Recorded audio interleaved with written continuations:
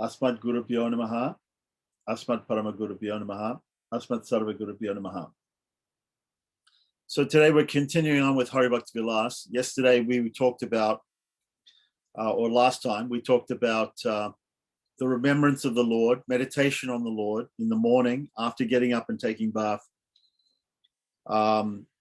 It's a little bit out of order in the third Vilasa because normally one would get up and take bath, but the way Hari Bhakti Vilasa does it is you get up and just wash your hands, mouth, and feet, change your clothes, put on tilak, and go to the temple and observe the Mangalarti of the Lord and wake up the Lord, observe Mangalarti of the Lord. Then there's some more, there's also this mention of meditating on the Lord and chanting prayers when you get up. So that was all covered. Now, again, what we're going to do is that then after the Mangalarti is over, the auspicious arti is over in the morning, then in Hari Bhakti Vilasa, the next thing is they talk about after the sunrise, going out and doing your ablutions, passing stool and urine, and then cleaning after that. So we covered all of that yesterday or the last time. And so now we're going to start up with the section of cleansing after doing ablutions. And then we'll continue on with taking the proper bath in detail. So we are starting from texts 172 to 174. Atā socha vidihi. So a vidi, of course, is a procedure. And this is socha means cleaning. So cleaning ourselves, in this case, cleaning here means cleaning yourself after voiding stool and urine. So in the Vishnu Purana, it's stated in a conversation between Orva and Sagra that is recorded in the Vishnu Purana. The following verses are given. O king, one should not use clay. Now, remember, we were talking about before the ancient system or the traditional system of going outside, going some distance, maybe 400 yards or even from the village, or even 1,000 yards or feet. I'm not sure exactly how far it is from a town. And in a certain direction, it was said southeast, I believe, and leaving the house from the northwest and going and passing stool and urine outside there, but not on the bank of the river where you're going to take bath or the pond, but in some other place. There will be a place to do that. And you would you need to take with you water for washing, and also some clay or some earth to rub on your body, to rub the dirt off your body. So this clay can't come from certain places. There are certain auspicious places that auspicious clay comes from, and that shouldn't be used. So here it says, O king, one should not use the clay from an anthill. Now, an anthill in Sanskrit is called a Valmika or Valmiki.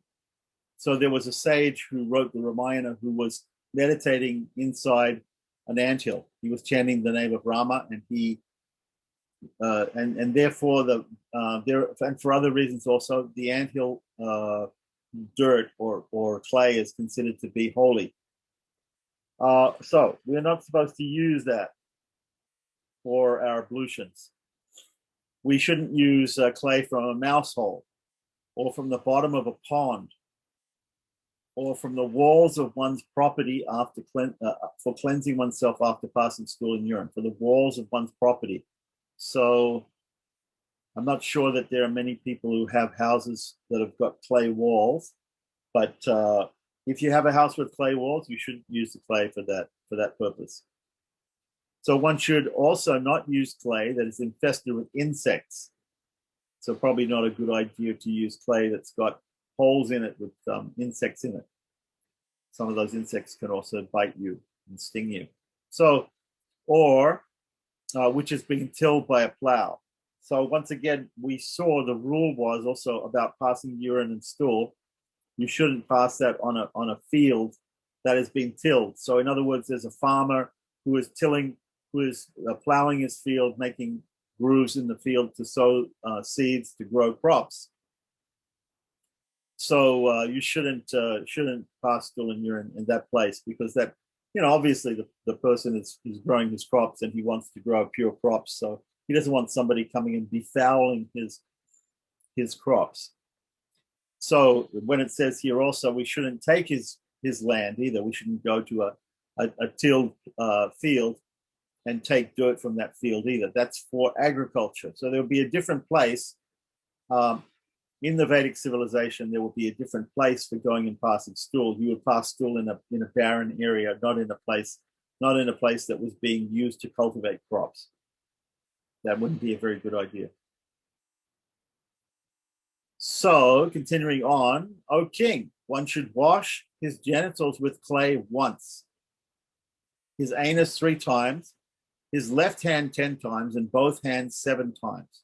So the left hand is used so we take the clay when we go to the field. We take the clay in the right hand and we divide it up into different pieces.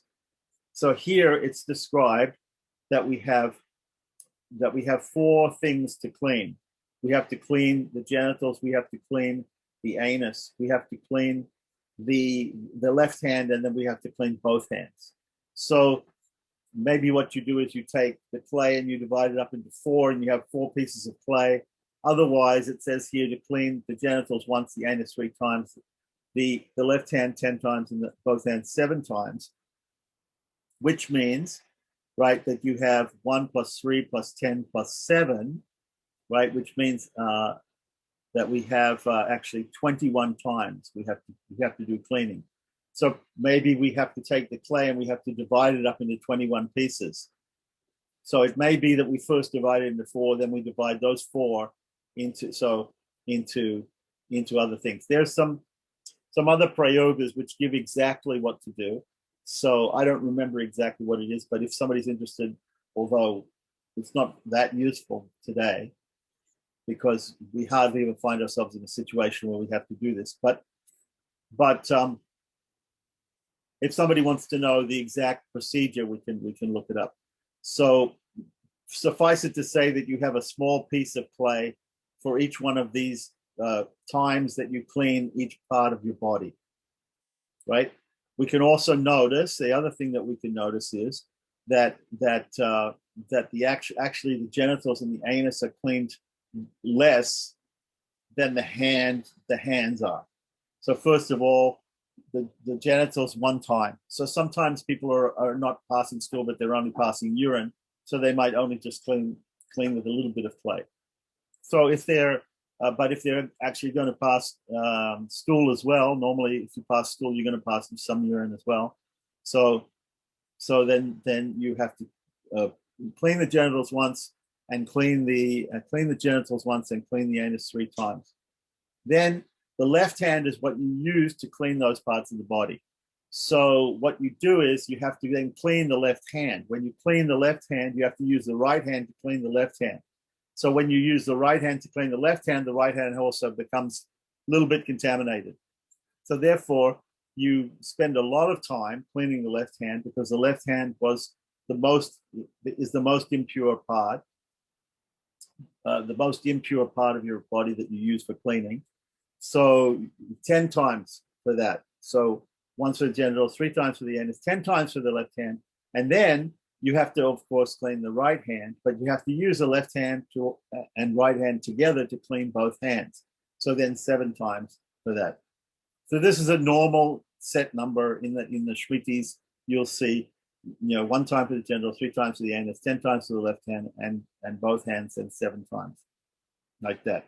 So in any case, it's a good practice to, if you're going to do this, if you're going to use your hand for cleaning your body in this way, it's a good practice to. Nowadays we use soap and antiseptic and different things like that. So it's a good idea to have those sort of things on hand. We can note, though, however, if you're performing a ritual bath, that in a ritual bath, soap doesn't actually make you ritually pure. Soap doesn't make you ritually pure. Antiseptic doesn't make you ritually pure. It's it's the use of clay and the chanting of mantras and doing things like that that makes you ritually pure. So there is a difference between being ritually pure and perhaps being physically or medically pure or scientifically pure.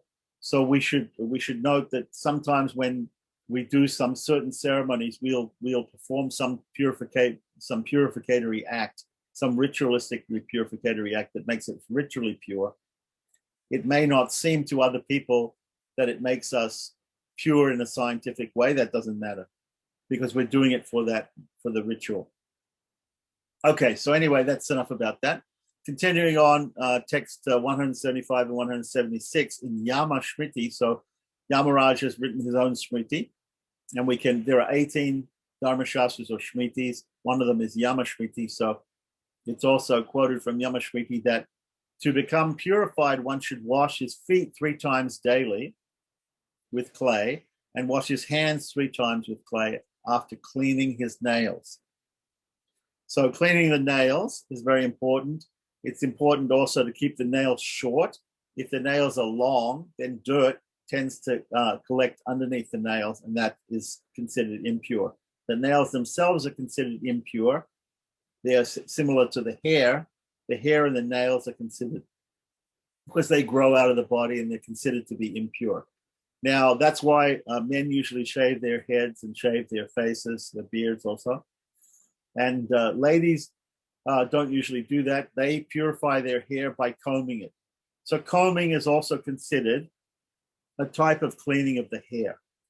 Well, the way that we keep so if we don't shave or if we don't cut our hair, then we comb it and we tie it, and that is considered to be purifying, like that. And the ladies also oil their hair. They keep their hair they keep it all together. They don't splay it out. It's tied. And similarly with men also, they keep the sikas tied if they keep a sika. And so hair has to be kept in check and cleaned. Otherwise, if you don't do that, if you have to, obviously the modern thing is to use shampoo and conditioner. So that is one method of cleaning the hair, is by combing the hair and also by oiling the hair and tying the hair, like that. And otherwise, we do the modern system of shampooing and cleansing with soap and those sort of things.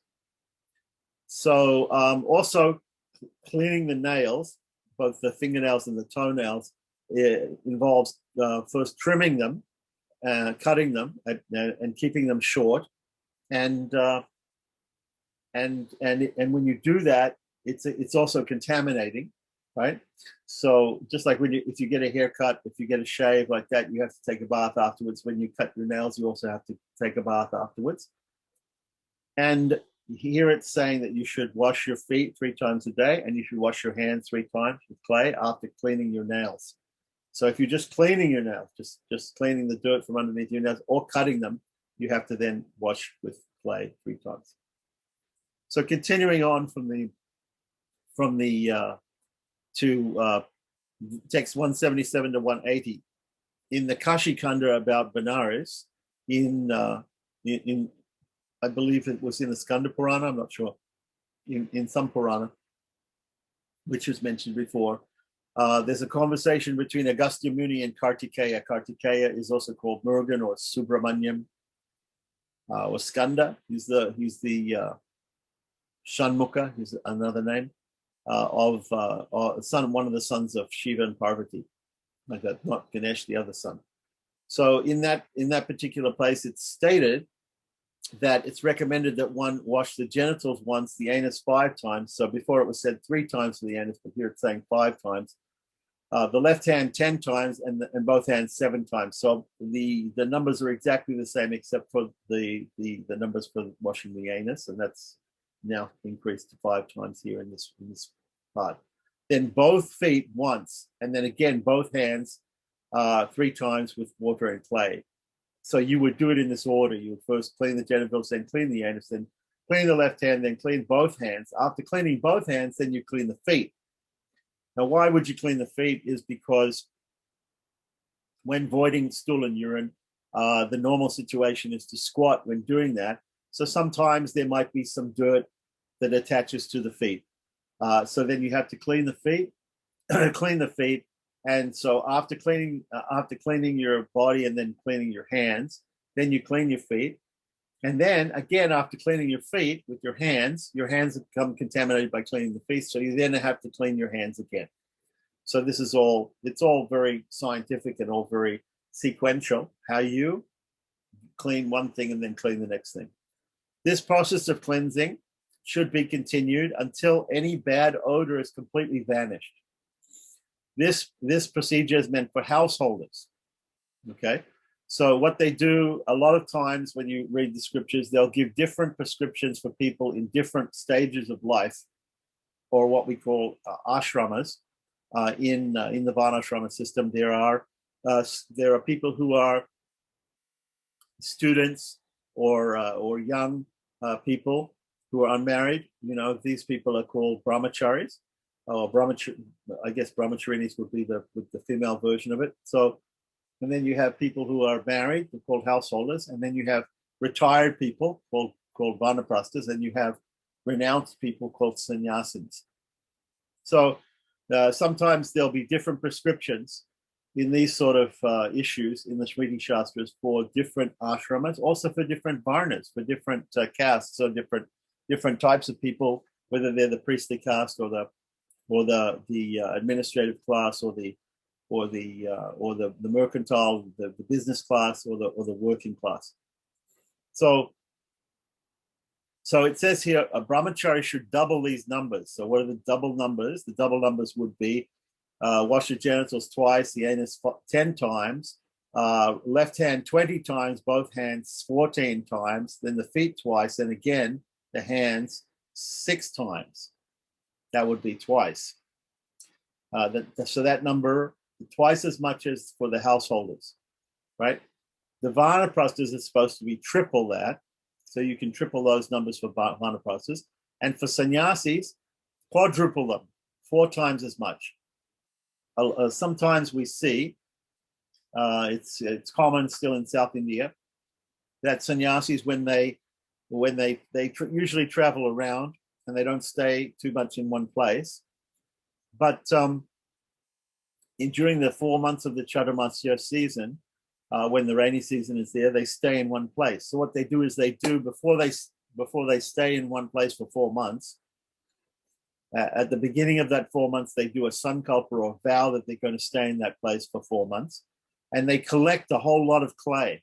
They collect a whole lot of clay and earth like that, because they're going to use that earth, right, for doing all these ablutions, for cleaning themselves like that over the 4 months. So this is a very common festival or sort of a ceremony that is done by sannyasis at the beginning of the Chaturmasya. They do what's called Chaturmasya Sankalpa. They make a vow that they're going to stay in a certain place, and people bring a whole lot of clay for them to use during that time.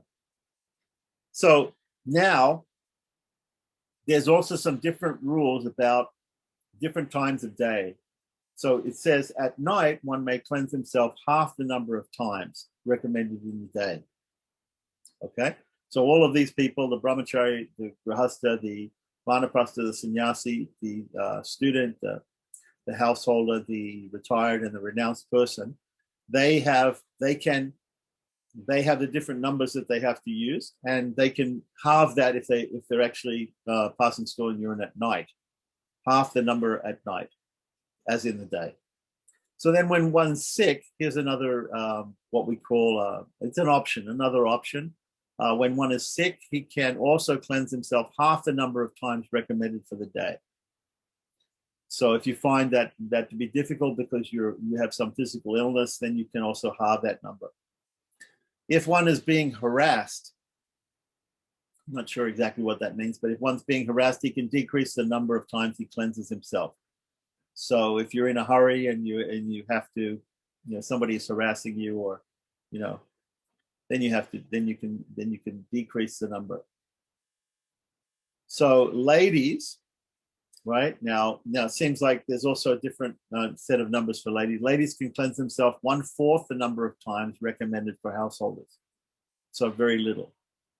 If one is healthy, he should not decrease the amount of times he cleanses himself. So if you're actually healthy, nobody's harassing you, it's not at night, then you should follow this prescription and you should do it, you should do it the proper number of times according to your ashram.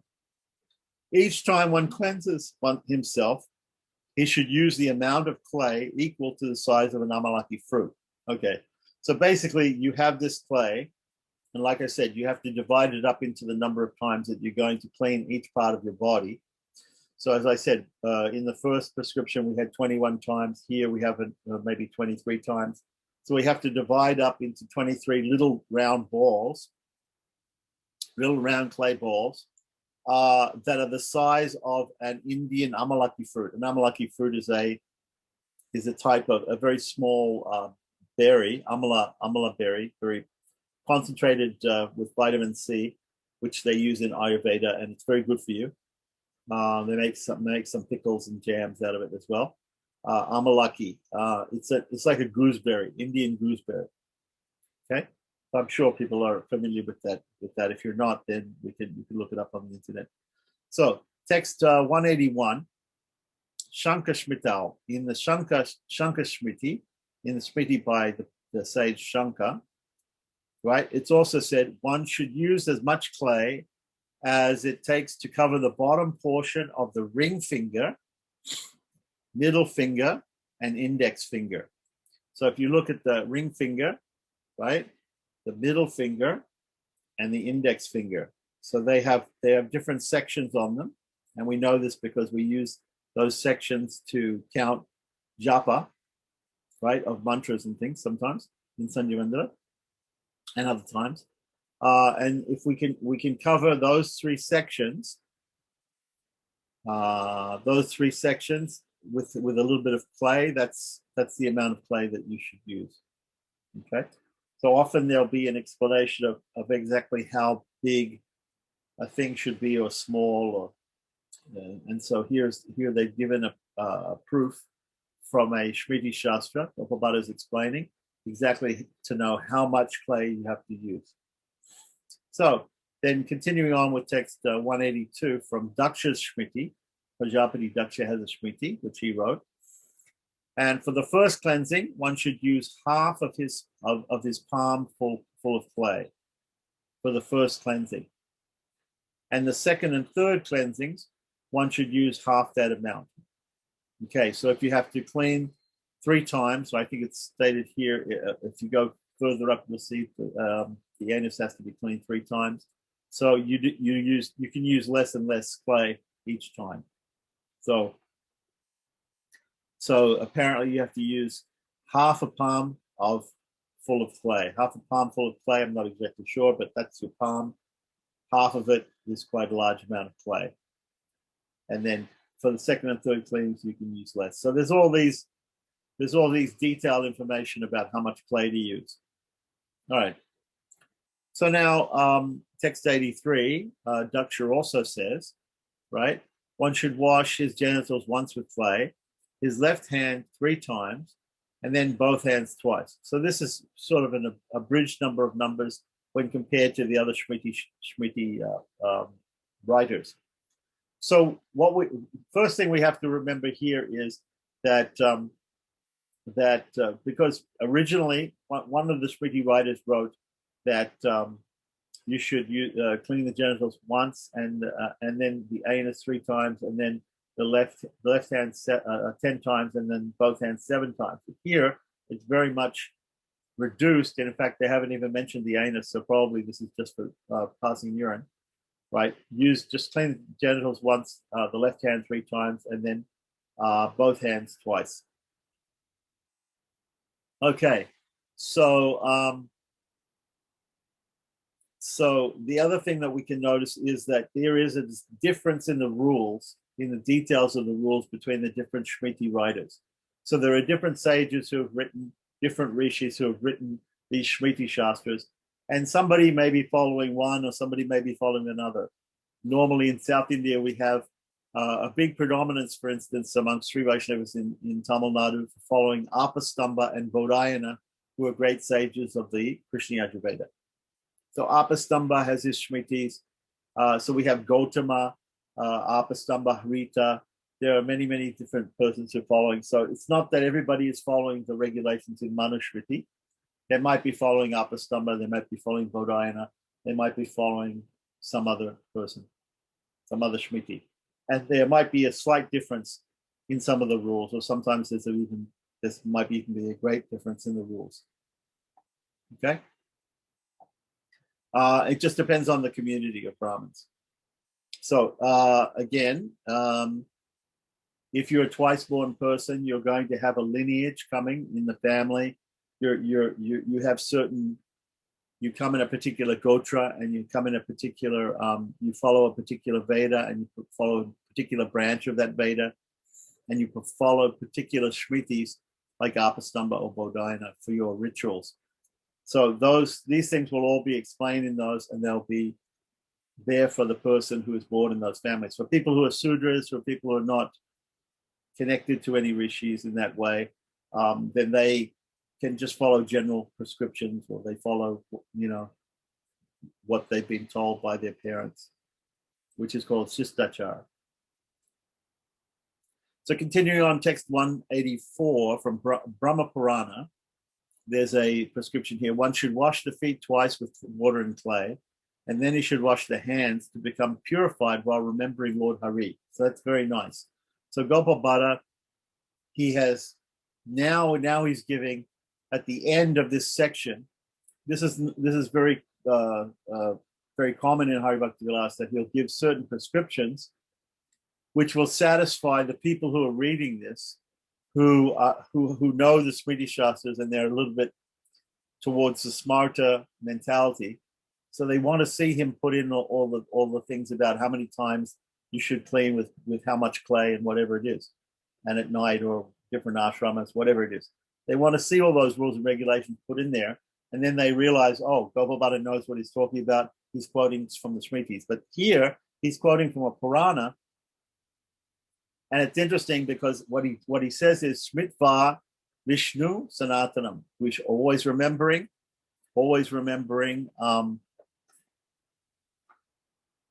also it says here to do Achmana, but which is not mentioned in the afterwards, which is not mentioned in the translation, but doing Achman. But then remembering Lord Hari. So actually, this is the real way that we get purified.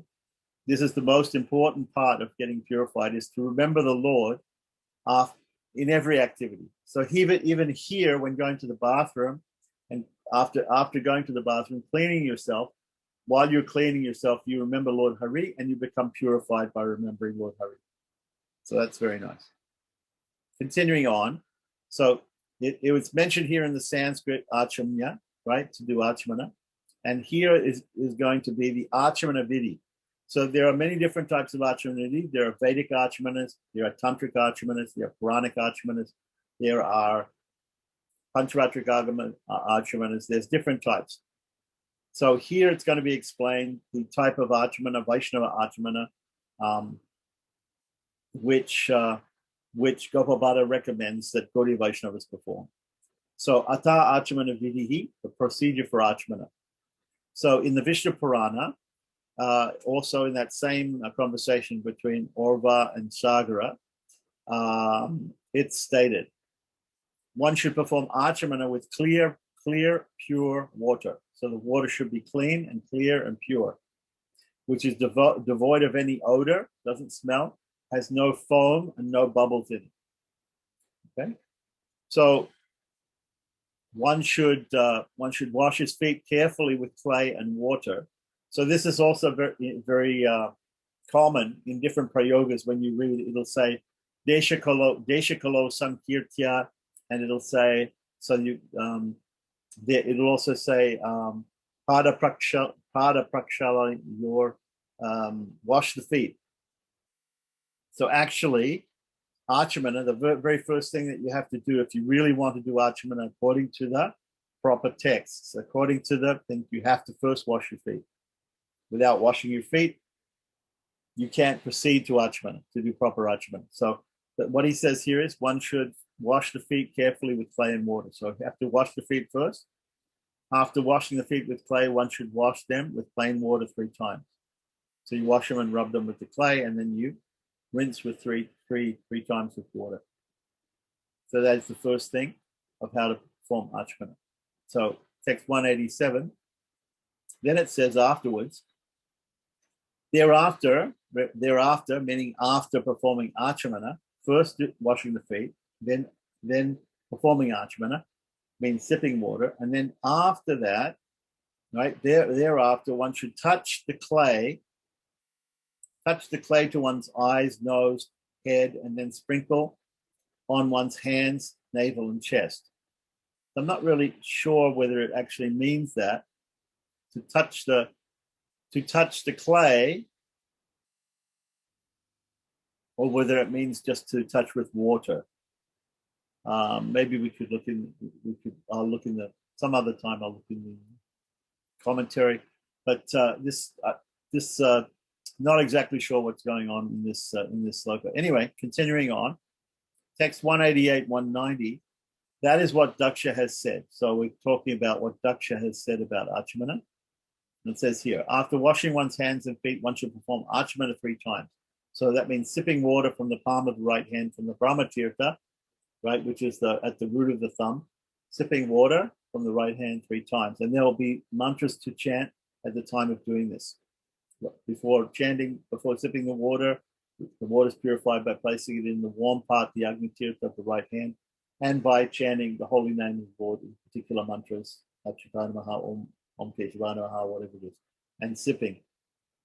Okay, so the one should perform Achmana 3 times. So after performing Achmana 3 times, then one should wipe the mouth with the palm of the hand. So the palm of the hand and wipe the mouth.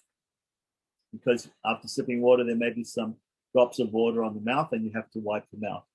Okay. Thereafter, after you wipe the mouth, because the mouth is considered not to be pure, the different holes of the body are not considered pure. So then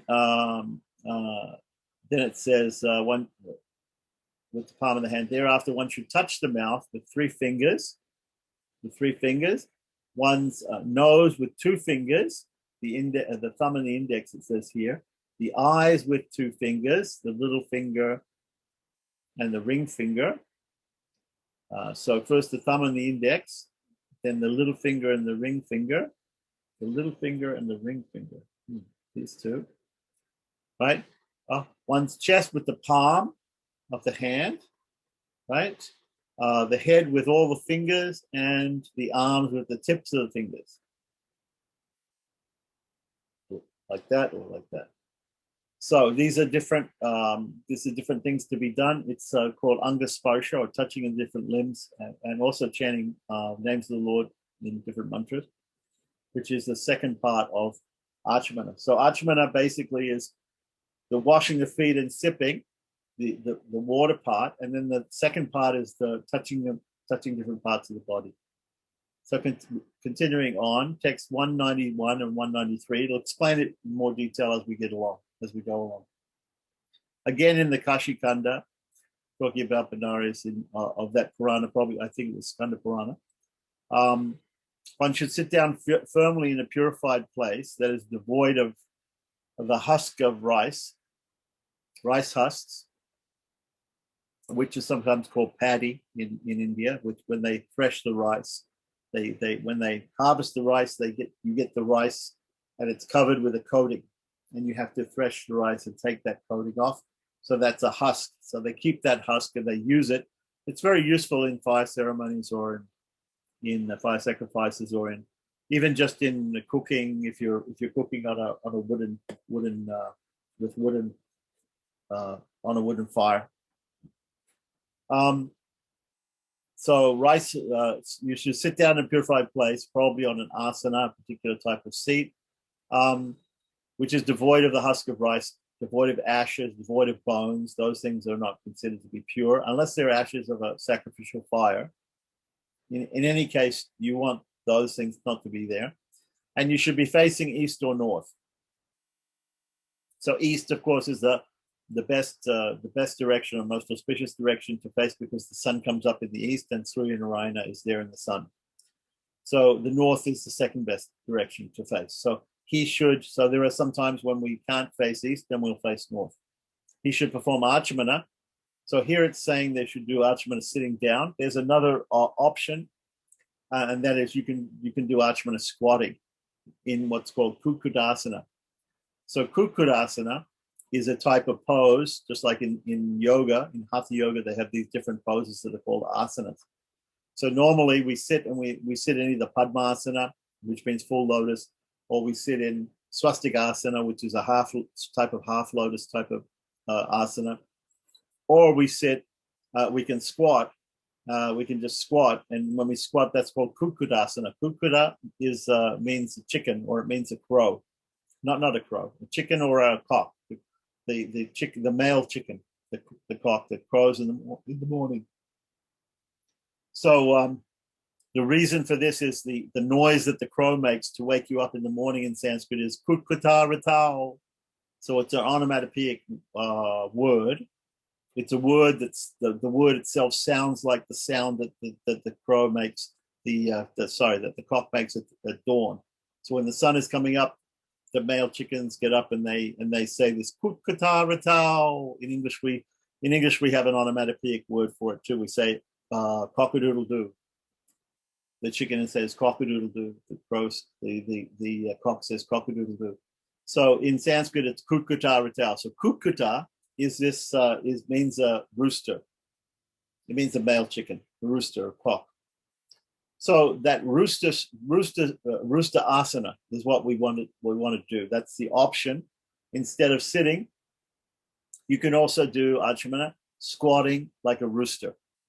Okay, right. You're not supposed to do Achmana when you're just standing, but in many cases, we have to be practical about this. There are some situations where we have to perhaps stand or so it's not a hard and fast rule. I've seen people perform Achmana even if they're standing or whatever. It's not a very important rule, but it is a rule that you should either sit or you should do this Kukudasana.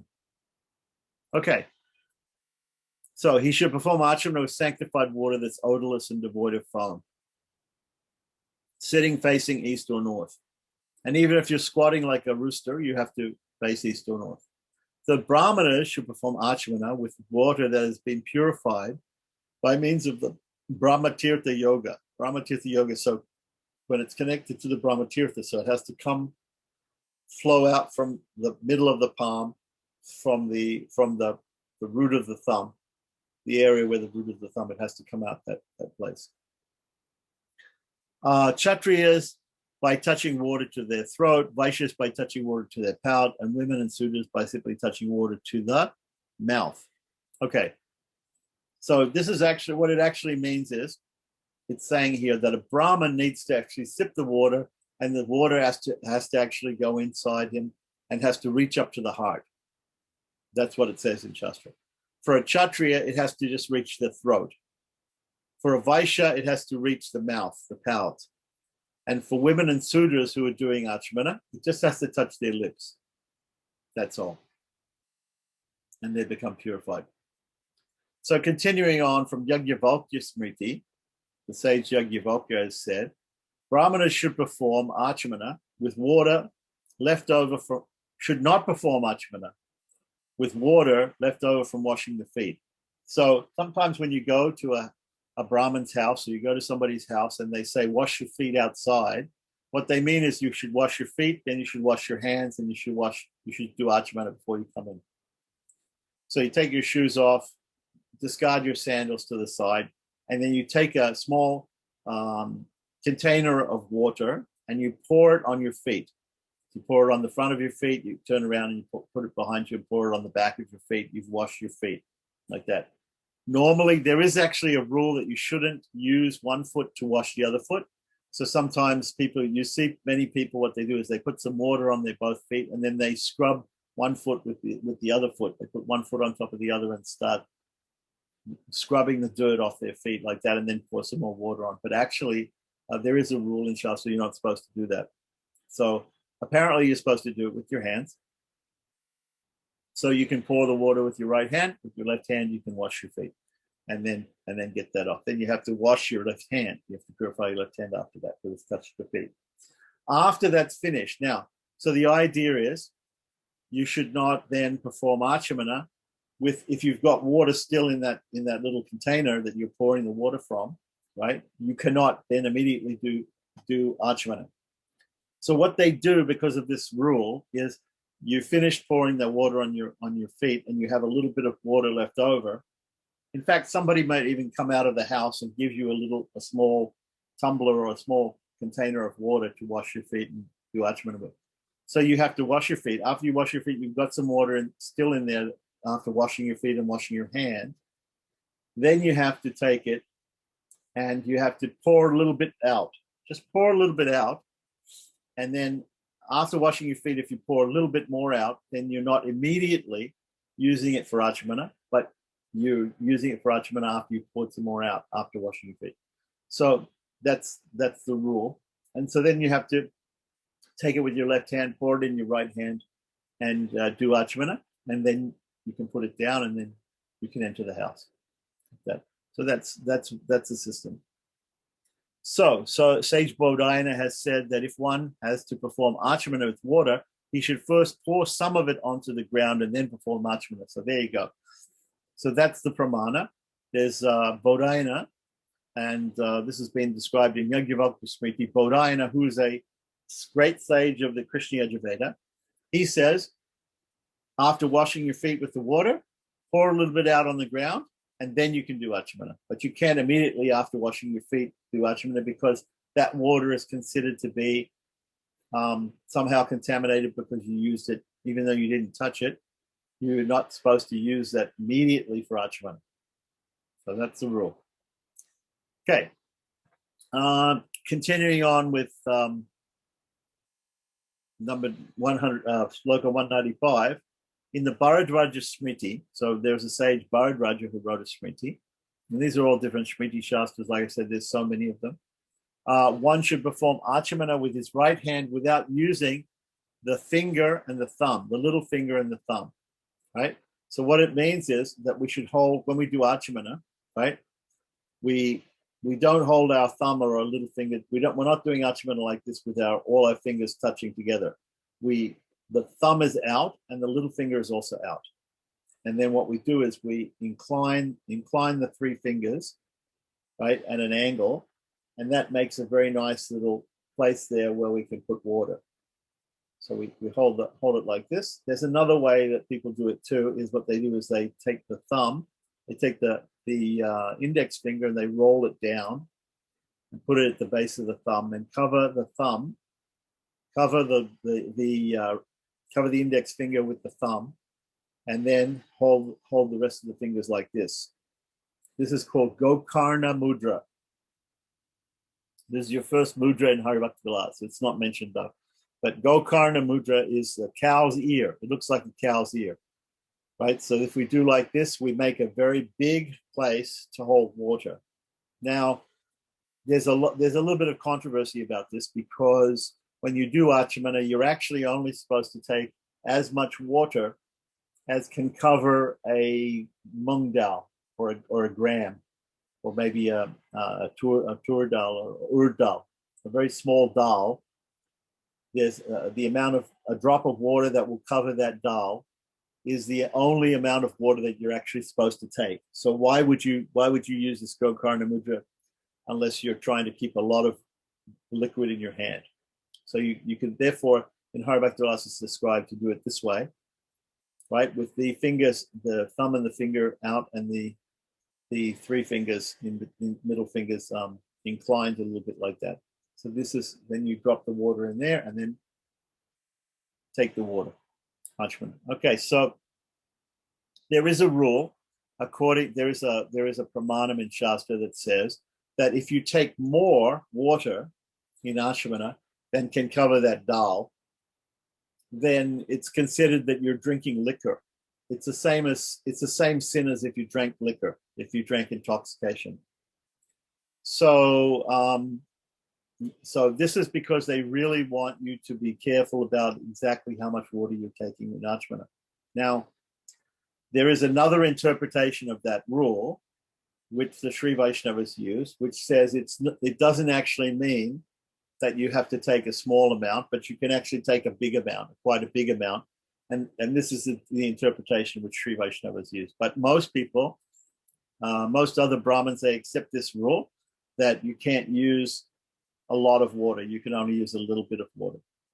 So the Sri Vaishnavas have given an interpretation which is different from this. If people are interested, I think I did already a video with Raghunath about this. I think a couple of hours about Achmana, and explains all the technicalities of Achmana. So we won't go into that because we've already done it somewhere else, and we can refer people to that video.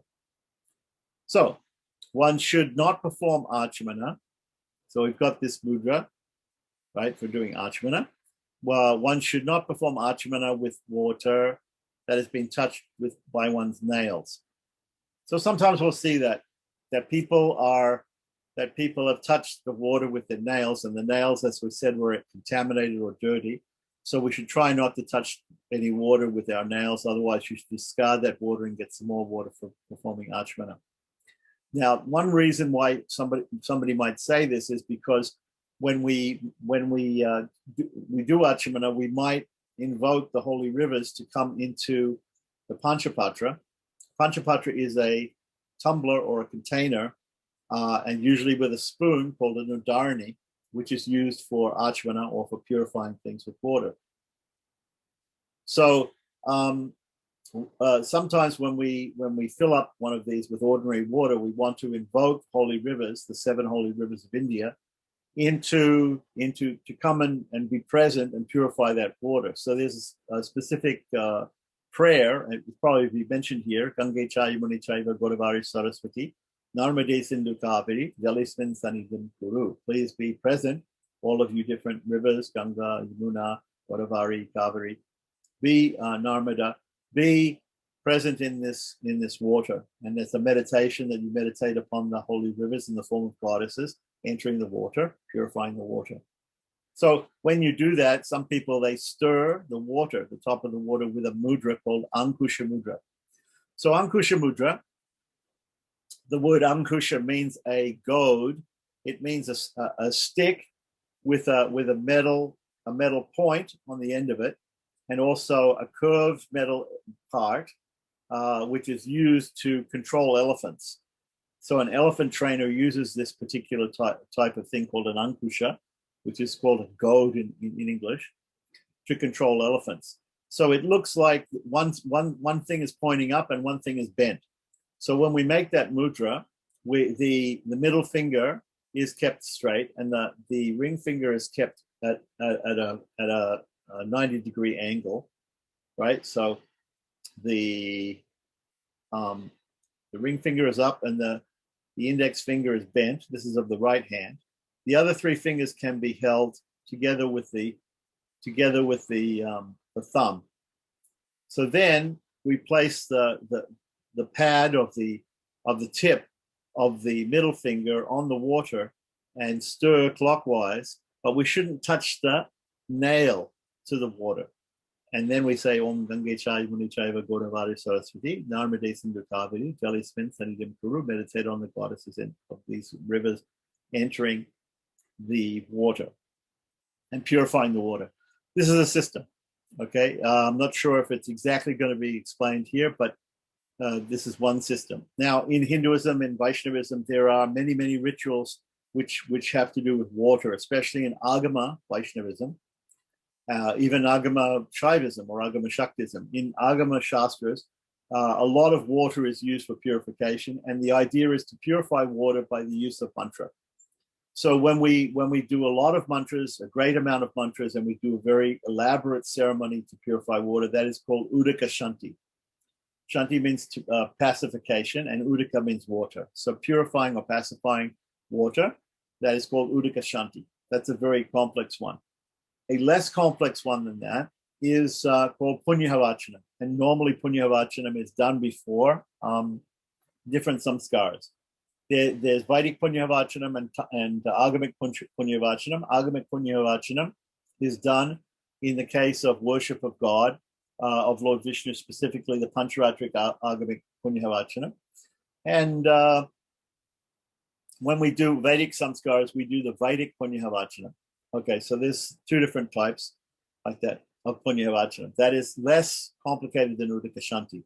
From less complicated even then than Punyavachanam is what we call Kumbha Puja. If we have a pot and we simply do worship of the pot with certain mantras, like this mantra of calling the holy rivers and calling all the tirthas into the pot and doing a little worship of the pot, right? That is called Kumbha Puja. Then even less than that would be just to have this Panchapatra that we're going to use for Achmana and making purified water or making spiritualized water with simply this mantra, this prayer to the goddesses of the holy rivers to purify the water.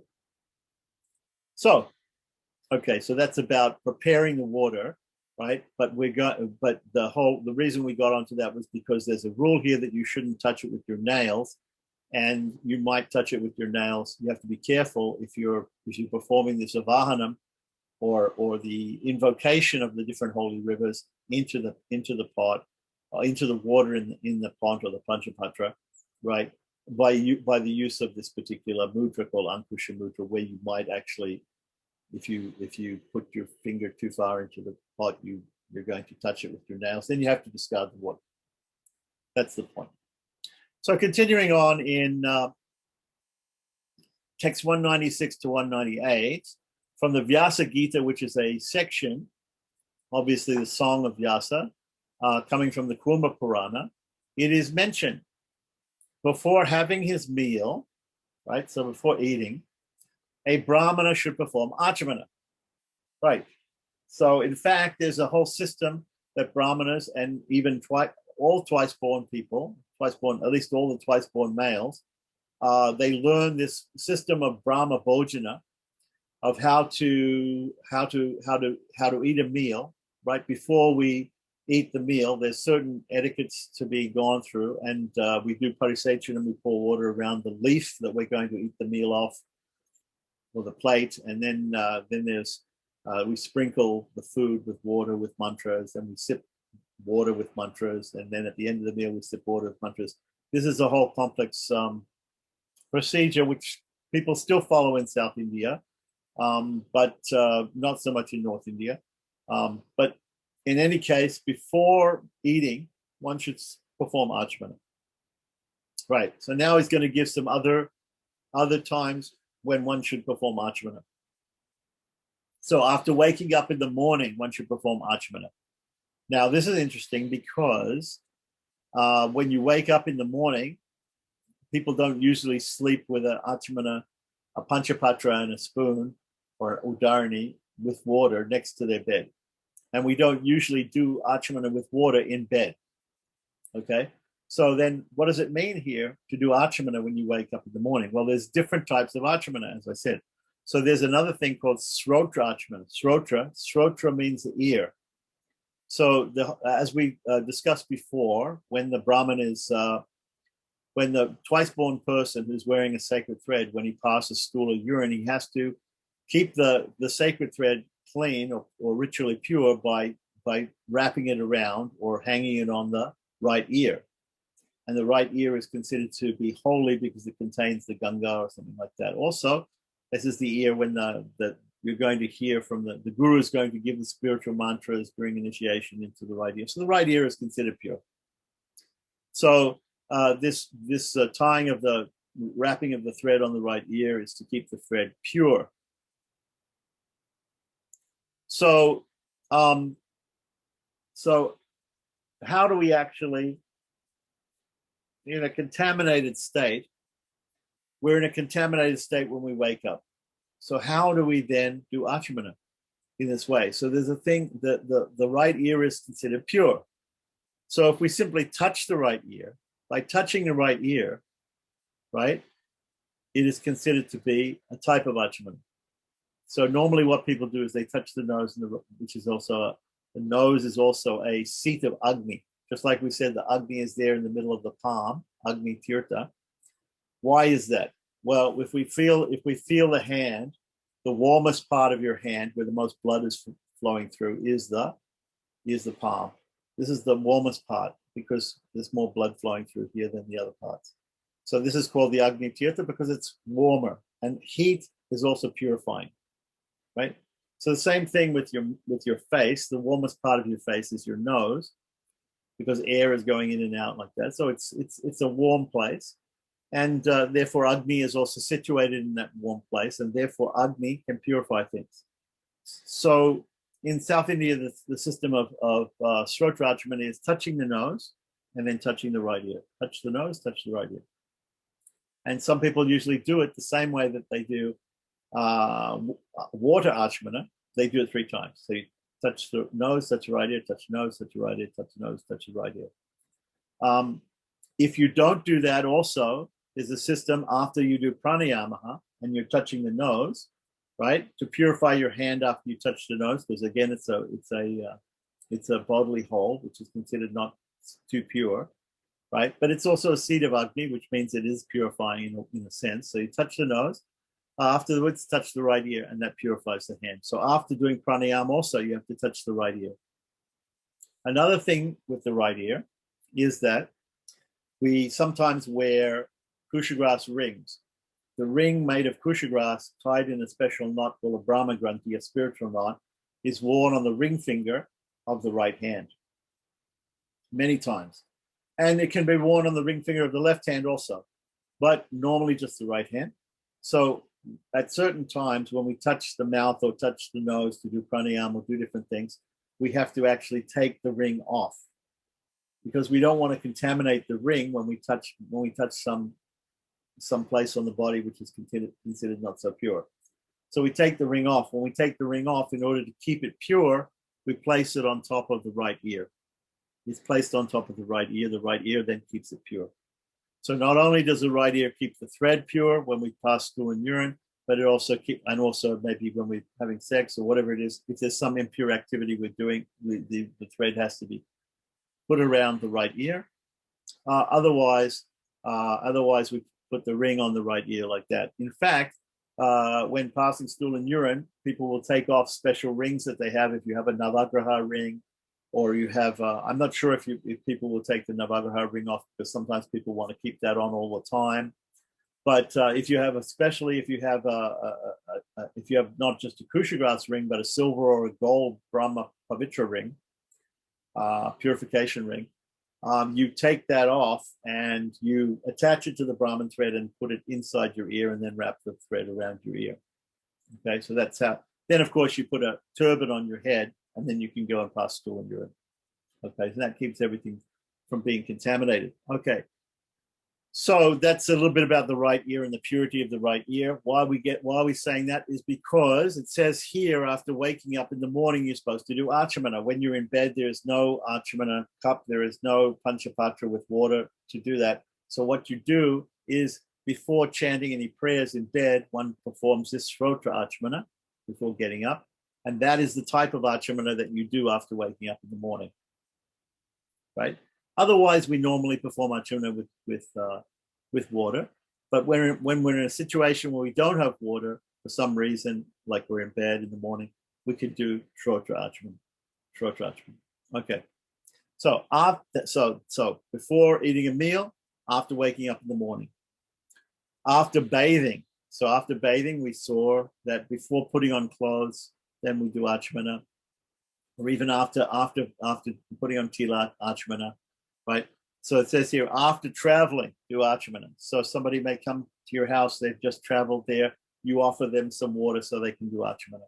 So after traveling, after touching the lips, if you touch the lips or you touch the face, right? Sometimes in different ceremonies in South India, people will do achmana even if they interrupt the ceremony. If the ceremony is interrupted or the ritual is interrupted, then everybody will do achmana again, just to purify themselves. And especially if they break many of the priests, if they break their silence, or they speak in a language other than Sanskrit.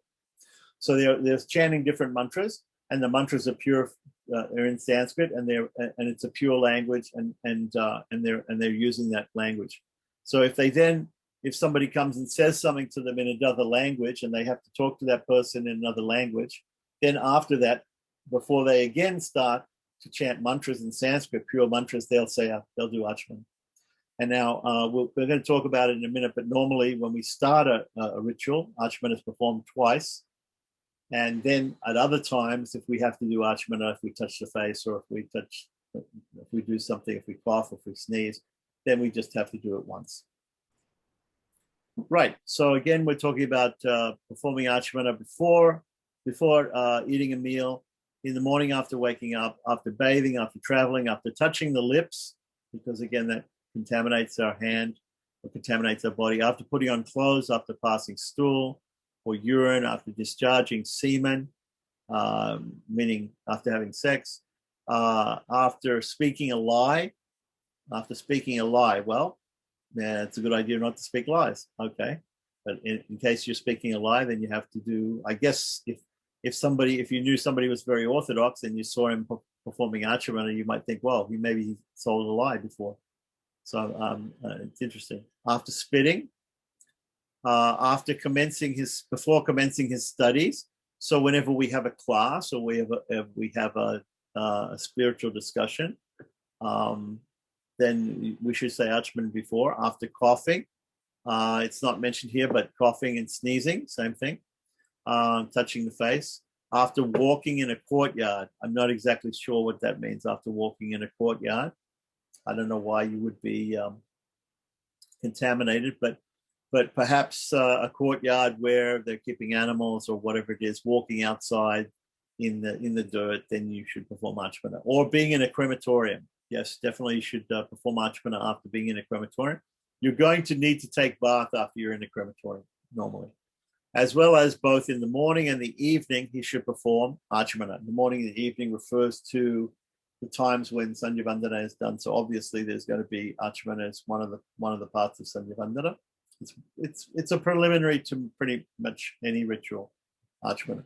Very common that we start any ritual with Achmana, Pranayamaha, and Sankalpa. So Achmana, sipping of water, for purification, Pranayama, control of the breath, and Sankalpa, stating the vow or the particular purpose of the ritual. But these are very common. Achmana, Pranayama, Sankalpa to start. So continuing on with text 199 to 201, it is prohibited to perform Achmana without covering one's head and throat with a cloth. Okay, so I've never seen that. I've never seen that people do that, but there might be a reason for that. I'm not exactly sure what that's about. Without dressing properly means dressing properly in this sense means that the grihastha has to wear a dhoti with a kacha, with a tail, and the brahmachari of course doesn't.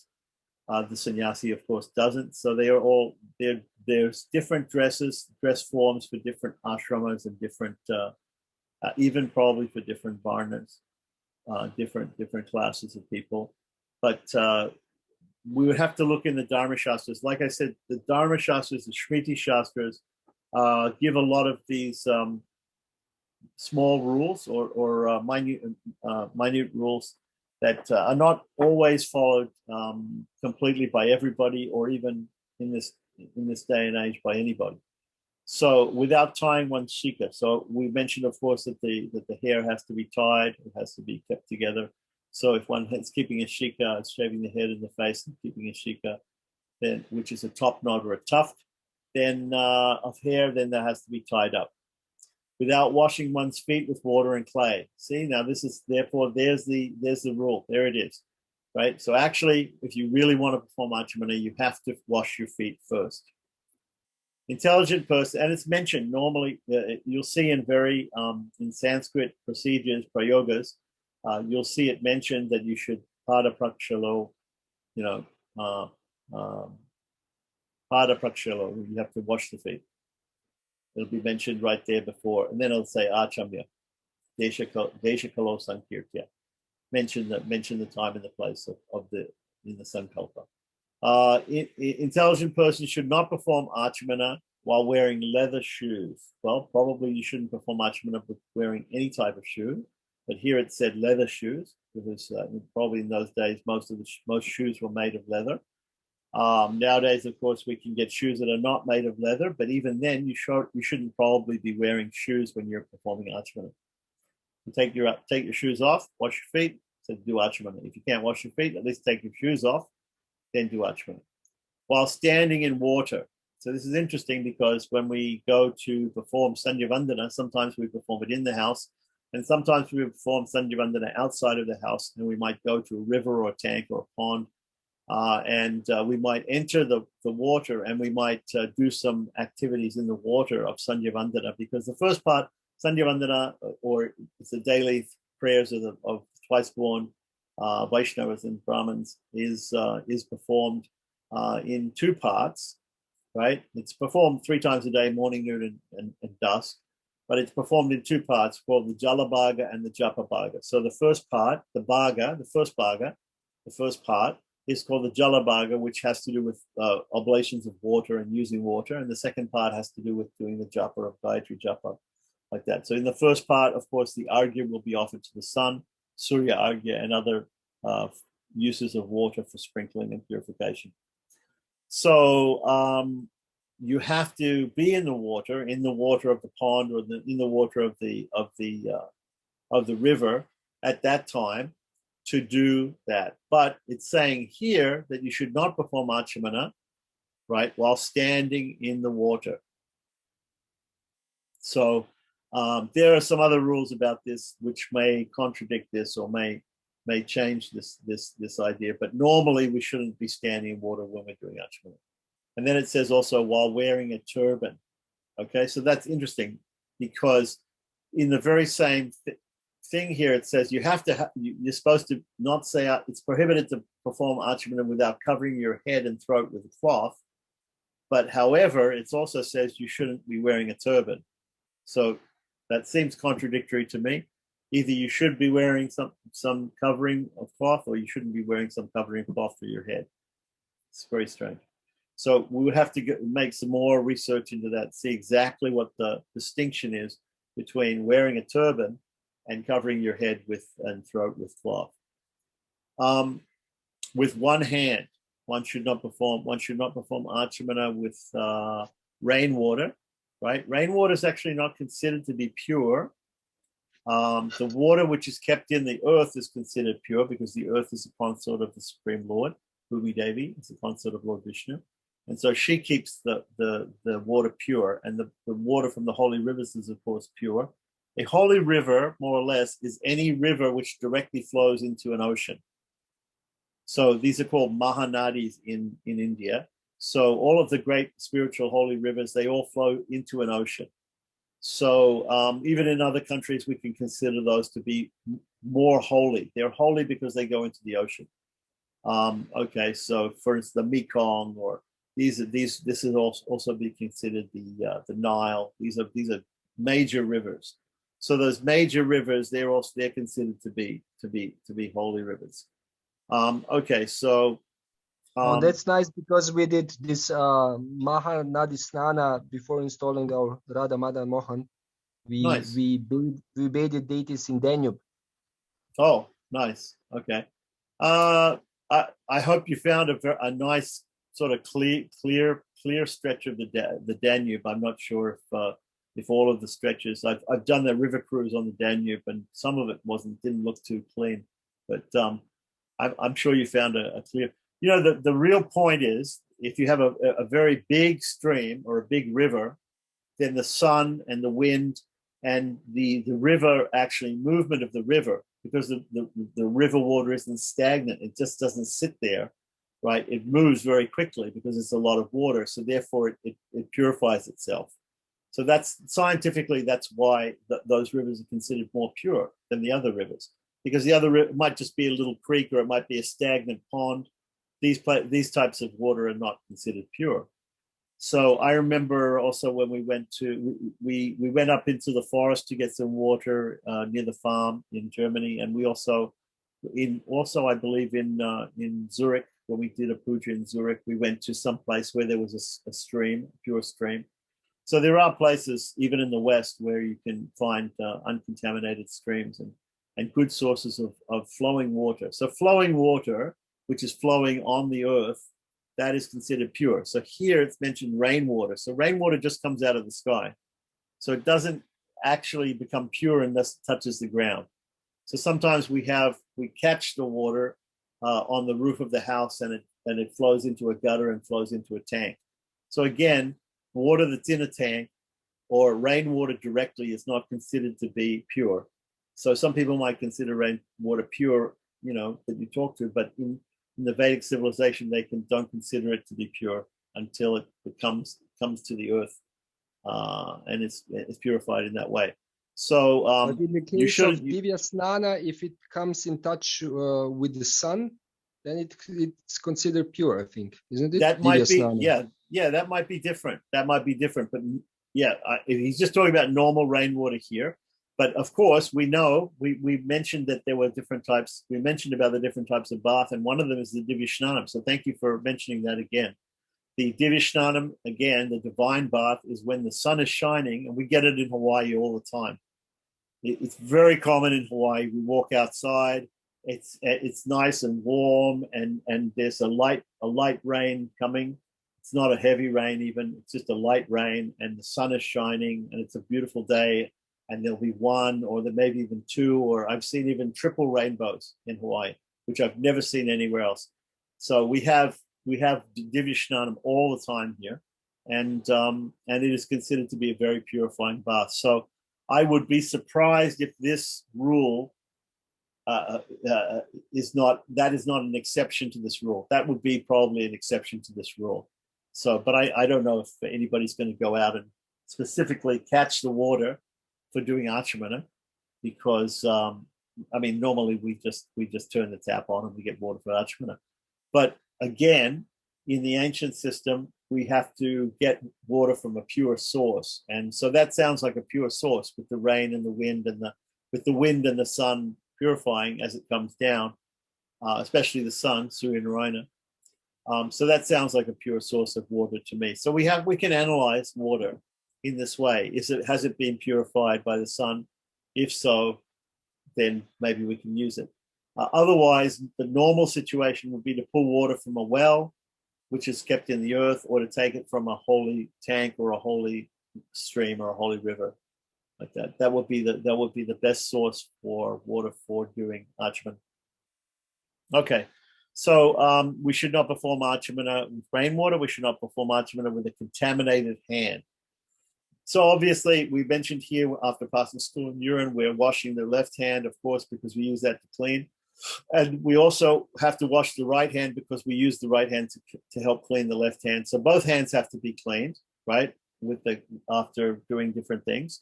So we're always cleaning our hands. And so people who are archikas or pujaris, they're always cleaning their hands with water. And therefore, it says here, we should not do Achamana with a contaminated hand. So, very simple thing. If you're going to perform Achamana, first thing you do is just put some water on your hands and wash your hands before you perform Achamana. Before you start sipping, don't immediately start sipping. Put some water on your hands and wash your hands. And therefore, you don't make this mistake of sipping with a contaminated hand. And if your hands are very dirty, obviously go wash your hands first and clean your hands properly before performing Achamana. So you should not perform Achamana with one hand. What does that mean with one hand? Okay, so there are some, if you're doing Sandhyavandanam Jalabhaga in a river, you have to sip the water. Sometimes you have to take water from the river with your right hand and sip it. So what happens with the other hand? The other hand actually has to touch the water. The left hand has to be down the side of the body and has to touch the water. So in this way, you're using both hands for different things, of course. It doesn't mean here that you should use both hands and sip from both hands. You shouldn't drink water from both hands.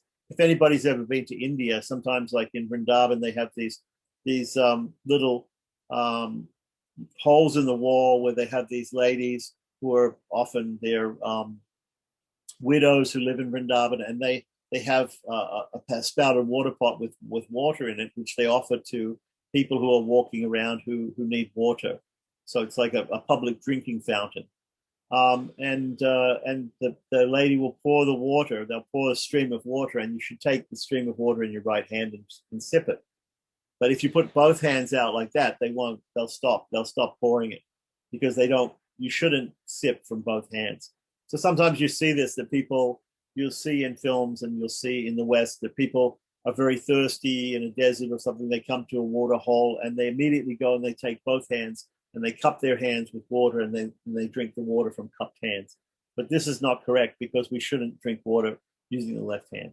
So because we're drinking water in the first part of Achmana, just like Sandhya Vandana, Achmana has a first part and a second part, the Jalabhaga and the Japabhaga. So you've got those two parts. So in the beginning, when we're doing Achmana, we shouldn't use the left hand, the contaminated hand. But at the same time, it says you shouldn't use only one hand. So there is something to be done with the other hand. So like I was saying, when you're in the water, in a pond or a tank or a river, then you have to touch the water with the other hand.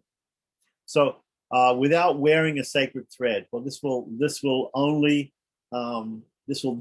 be only for males and for people who are Trivainicas, what we call Trivainicas, members of the three classes, the priestly class, the administrative class, and the business class, or the Brahmins, Kshatriyas, and Vaishyas. You should not do it while, so they should wear the sacred thread while they're doing it, but they always wear the sacred thread, so that's not a problem. While sitting on a pair of shoes. So you shouldn't sit on a pair of shoes. Why? Because shoes are considered dirty because we walk around everywhere in dirt in the shoes and we take the shoes off. Here in Hawaii also, the other thing that people do is when they come to your house in Hawaii, everyone takes their shoes off before they go into the house.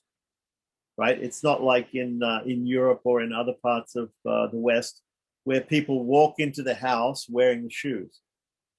Now, if you're in a very cold country where there's snow and there's ice or there's mud in certain times of the year, there might be an entrance room where you leave.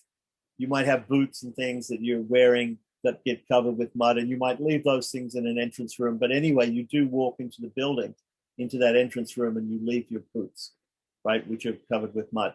But you don't walk into the rest of the house with those shoes as outside shoes, but you might have some other type of shoes. But here in Hawaii and in many parts of Asia, they leave the shoes completely outside the door and of the house, and they enter only wearing with bare feet, like that. So that's the system. And in India, it's very much like that. As I said, in many cases, in visiting Orthodox people, you have to actually wash your feet, even remove your shoes and wash your feet before entering, and even say Achman and wash your hands, and before entering the house. So without wearing secondary, sitting on the pair of shoes, so not sitting on the pair of shoes because that's considered contaminated. While exposing the knees, okay, so that means that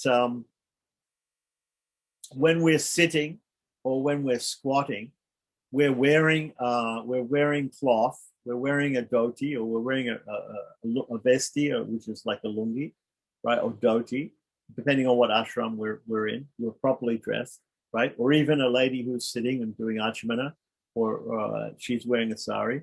They should not expose their knees so that either the sari or the dhoti or the vesti is not hiked up over the knees, right? It should be below the knees, not exposing the knees when you're performing achmana.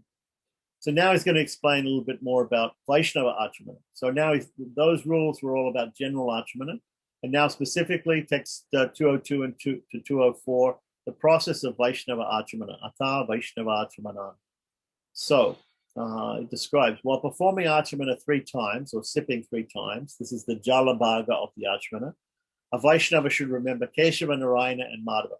Lord Keshava, Lord Narayana, and Madhava. Now, there are 24 names of Vishnu, 24 names of Krishna in the Gaudiya Vaishnava Achmana system here, right? They are from Keshava to Damodar and from Vasudeva to Krishna, like that. So these from Keshava to Damodar, these names are called Upavyuhas, right? So we have in the Pancharatric system, we have the Vyuha system.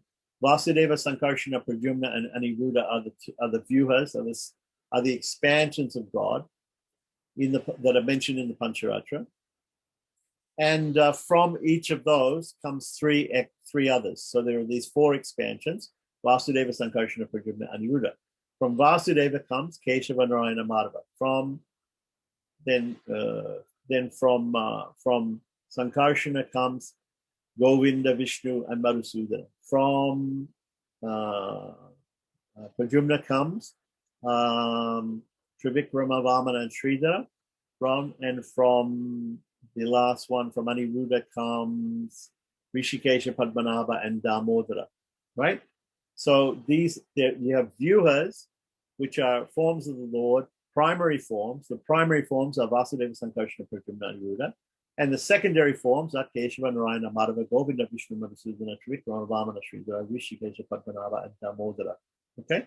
So these are called upavyuha forms. And we also use these names, the names of these forms, to put on tilak on 12 places on the body. And if we put a 13th place on, we use Vasudeva again, which is on top of the head. Okay, we'll come to tilak in a minute. But we're talking about Achmana. So in the Gaudiya Vaishnava Achmana, not only do we use those upavyuha forms names, but we also use the primary names, Vasudeva, Sankarshana, Pradyumna, Aniruddha, and some other names to make up another 12 names. So Vasudeva, Sankarshana, Pradyumna, Aniruddha, and we'll see the rest of them as we come up.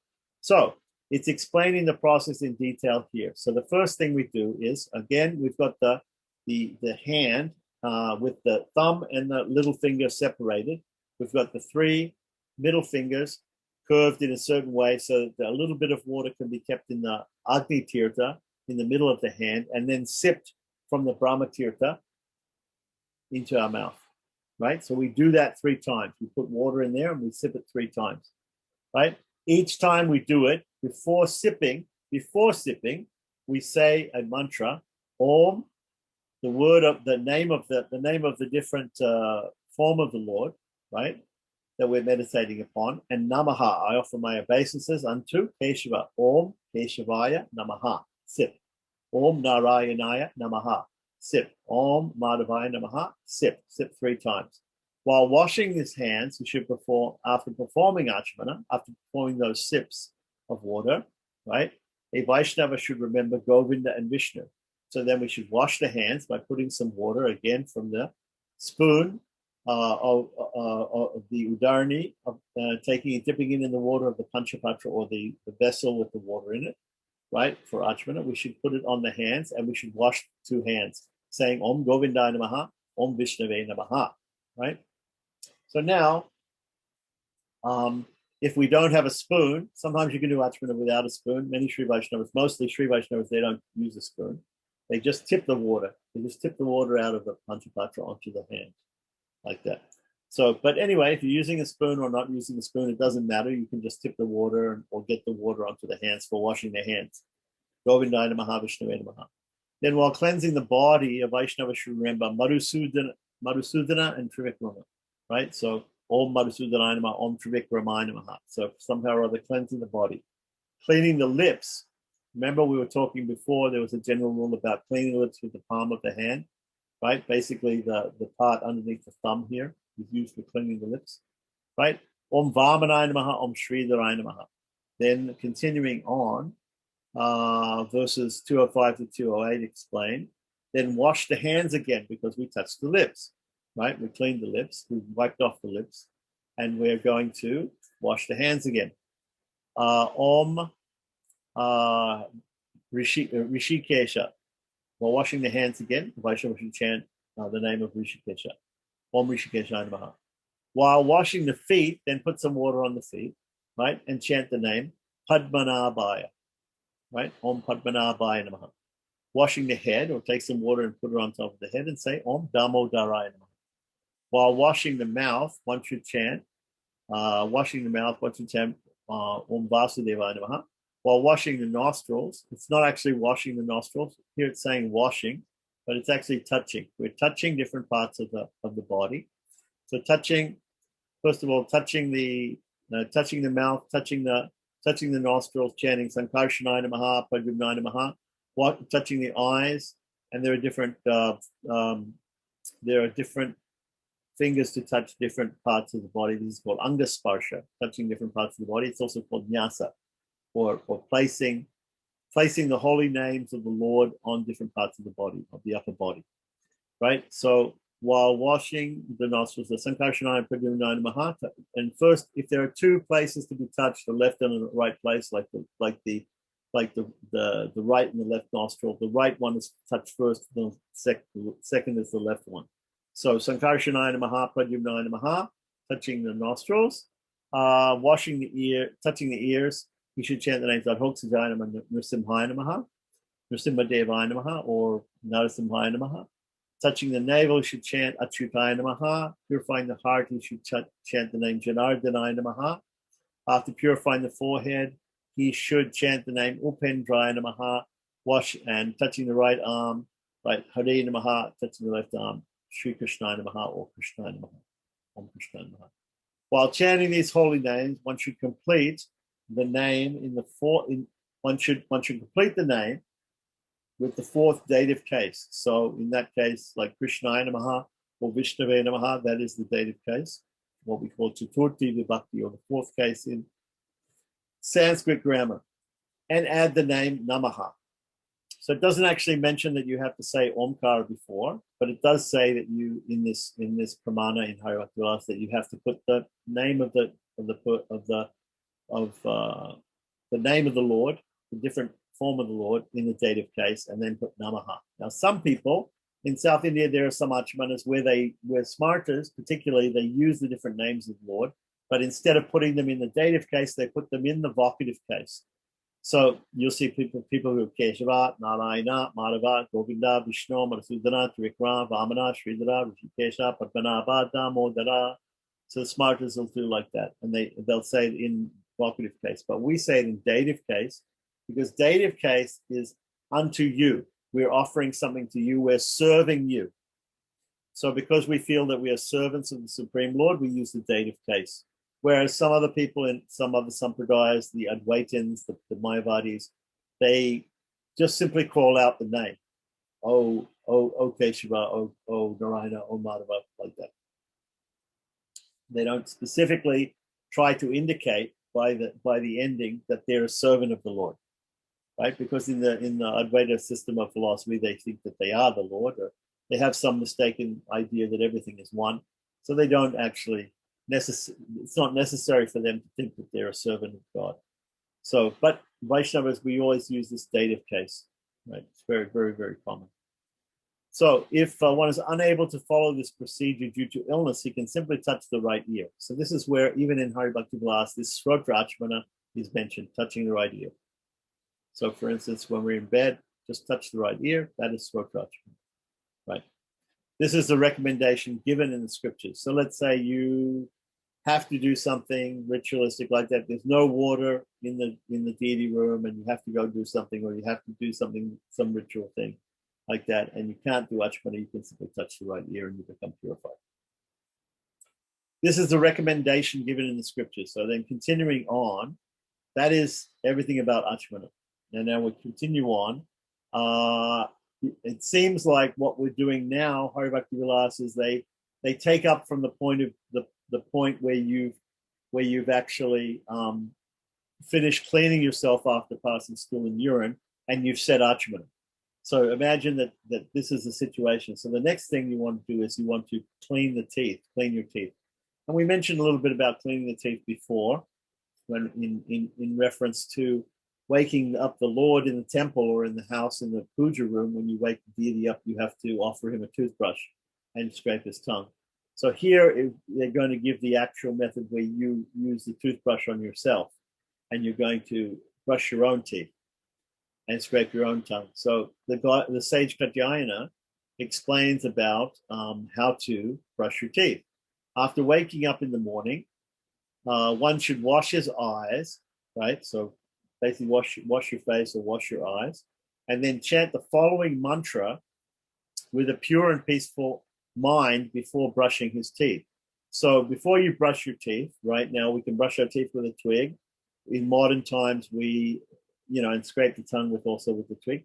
Or we can have a toothbrush, and we can use toothpaste, and we can do it in a modern way, Okay, so but in any case, there's a mantra to be chanted before, and the translation of the mantra is, "O tree, may you give us a long duration of life, strength, fame, power, offspring, domestic animals, wealth, spiritual knowledge, intelligence, and power of remembrance." Okay, so that's the translation of the mantra for brushing your teeth, or just before you brush your teeth. You can't chant it obviously while you're brushing your teeth.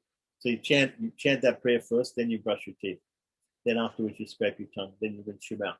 So and there's many procedures of how many times you have to rinse your mouth and how you have to do it, but we won't go into that here, and probably it won't explain it.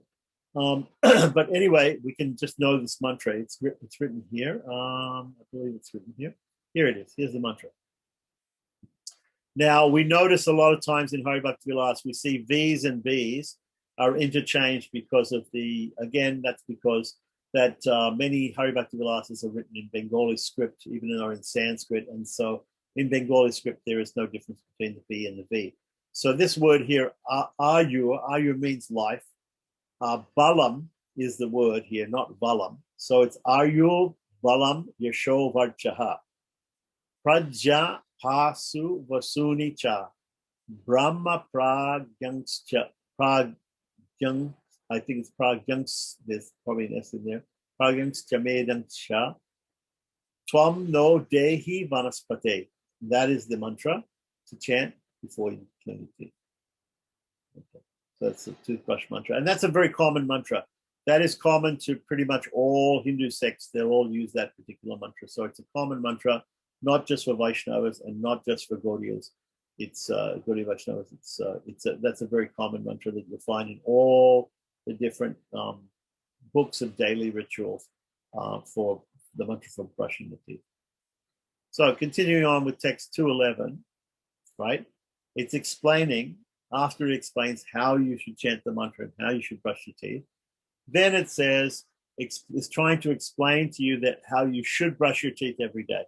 Everybody should brush their teeth every day. Now, there are exceptions. There are some days, some fast days and some vrat days, some when we have particular vows when we can't brush our teeth with a toothbrush, but we have to use a leaf at that time. We cannot leave one day without cleaning the teeth in some way, right? Because we have to clean the mouth, because we have to chant mantras and we have to perform different rituals, and therefore the mouth has to be pure, but not necessarily with the toothbrush.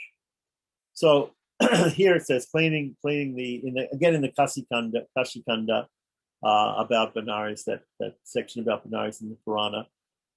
It explains about cleaning the teeth.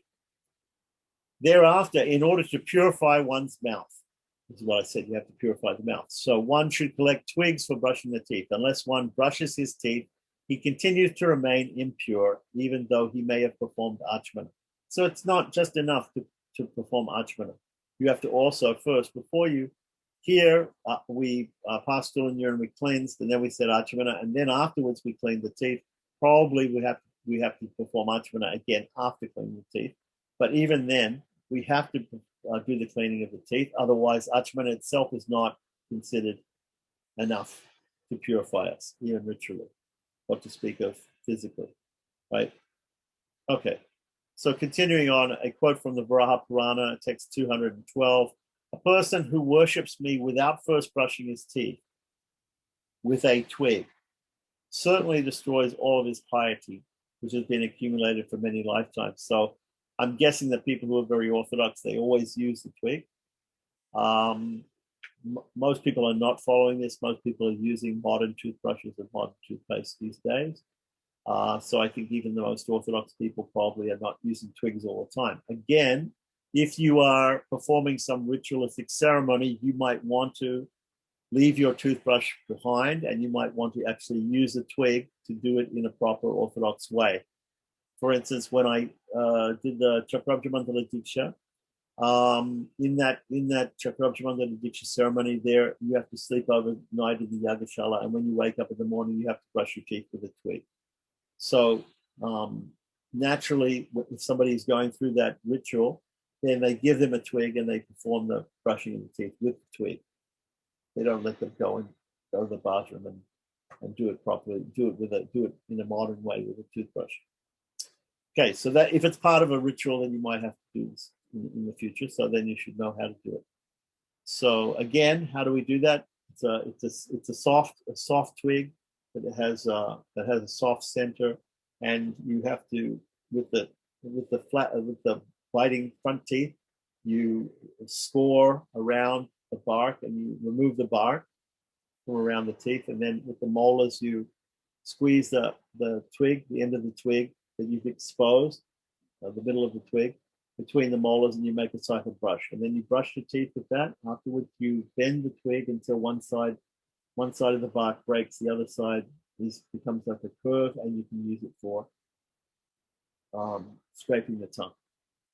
Okay, so here it's very simple. In order to convince people that they should brush their teeth, instead of saying to them that they'll get cavities if they don't brush their teeth and they'll have to go to the dentist, what they simply say in the scriptures is they say, if you don't brush your teeth, your piety for many accumulated lifetimes is going to be gone, because your mouth is going to be dirty, and you shouldn't chant prayers or mantras in a contaminated state. That means not only taking a bath, but also cleaning your mouth by cleaning your teeth. Okay, so Ata Dantakasta Nishida Dinani. So days when the twig cannot be used and something else has to be used, the leaf has to be used. So Manu, from the Manu Shmriti, right? So we've been talking about Yajnavalkya Shmriti. There's so many other Shmritis, so many Shmriti Shastras we've been quoting. Now we're going to quote directly from Manu Shmriti. He says one should avoid sexual intercourse, massaging the body with oil, eating meat, and brushing his teeth with a twig on the 14th day. Excuse me. On the 14th day and the 8th day of the waxing moon, on the new moon day and the full moon day, and on the day when the sun moves into a new sign of the zodiac. Okay, so these days are called, the 8th day of the moon is called the Astami. There are 2 Astamis every month, in the light and the dark fortnight. The 14th day is called the Chaturdasi. Right, comes right before the full moon and the new moon every month. Right? So this is the Astami, the Chaturdasi, the 8th and the 14th days.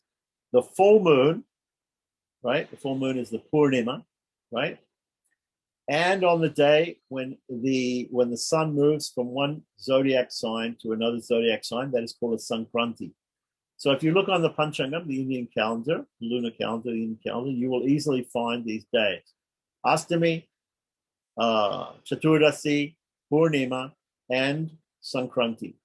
So all these activities, which are mentioned here, are forbidden on those days. These days have a special name. There's a special name in Sanskrit for these names. They're called the Parvan days. Parvan days. Parvan is the 8th, the 14th, the full moon, change of the moon. Might also include the new moon. But here it hasn't. Oh yeah, it's mentioned the new moon. Yes, the new moon, when there's no moon. Okay, so that's called Amavasya. Right. So these are the Parva days. These are called Parvans. So the Astami, the Chaturdasi, the Purnima, the Amavasya, and the Sankranti. Right. So you're going to have 2 days in a row there.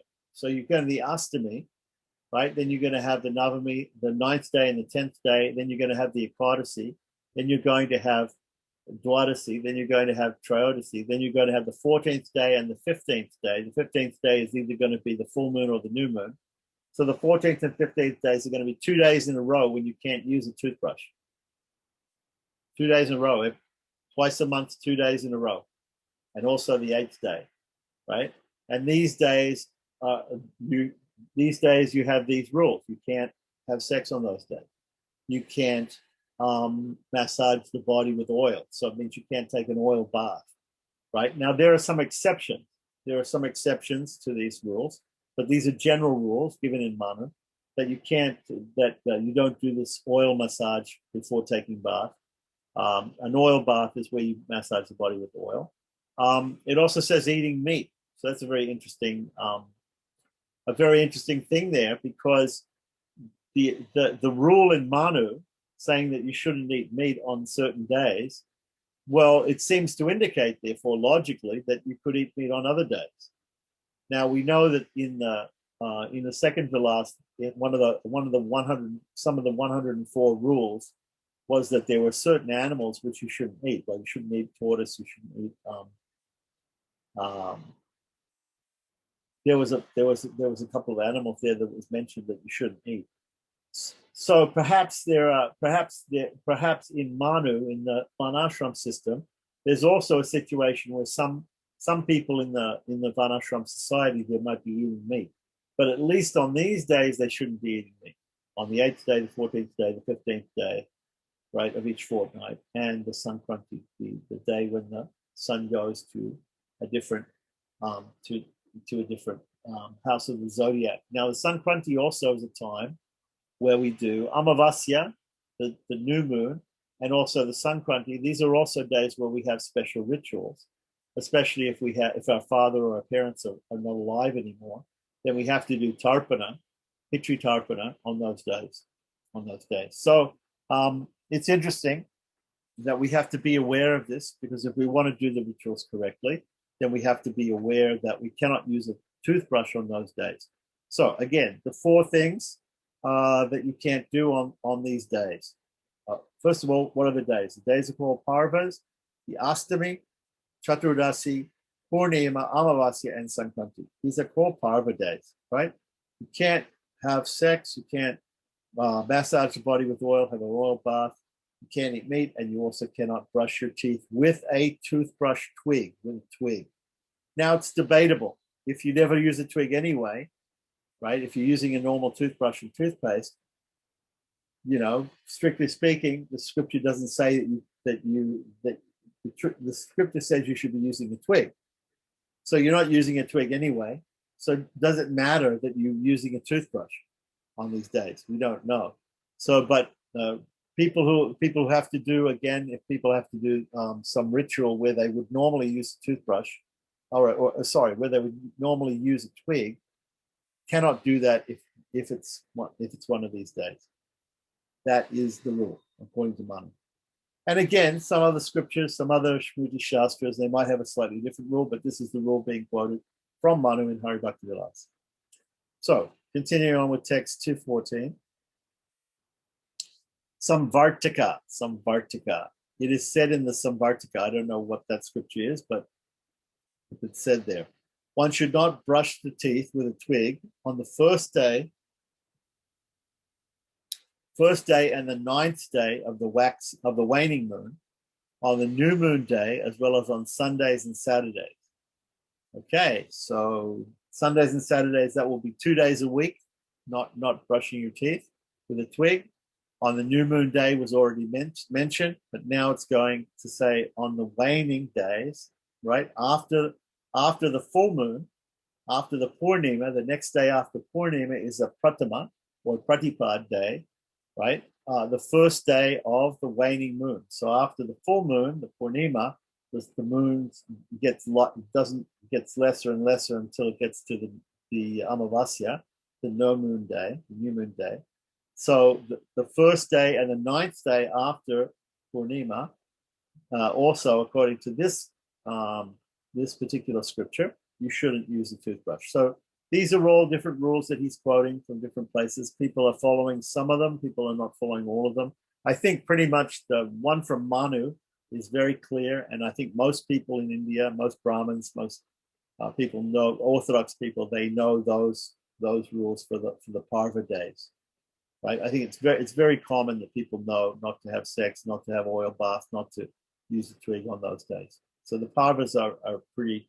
That's a pretty clear rule. That's a pretty general rule. This next one, 214, that's a rule that perhaps not a lot of people know about.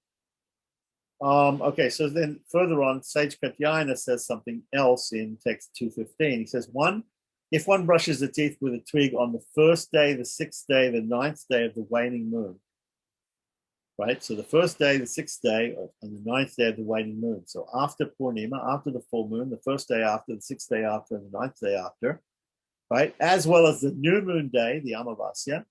Then he says 100 generations of his family will be burnt to ashes. Well, that doesn't sound, here it said dahatya, burnt. So what does it mean that the family is burnt to ashes? But it'll be sin. There'll be some sin that accrues to 100 generations of one's family. I'm assuming that means in the past, but maybe it might mean present and future as well. We don't know. But 100 generations of the family will be burnt to ashes. So, this is also another example of typical Shastric hyperbole where there's something is said in order to get people not to do a thing or to do a thing. Some encouragement is given, and so here they're encouraging people not to use a twig toothbrush on the first day, the sixth day, the ninth day after the Purnima, which is the waning moon, or on the new moon day, right? So continuing on, Vrida Vashishta. Vrida means big or great, or it could be old Vashishta. So it's talking about the sage Vashishta. He mentions in text 216, one should not brush your teeth with a twig on a fasting day. So depends what the fasting day is. If you're fasting for the appearance day of the Lord, like Janmashtami or Ramnavami or Narasimha Chaturdasi, right, then you also shouldn't use a toothbrush on a fast day. If you're fasting because it's Ekadasi, you're fasting because of the 11th day of the light fortnight or the dark fortnight, which is a holy day to Lord Vishnu, then also you shouldn't use a twig.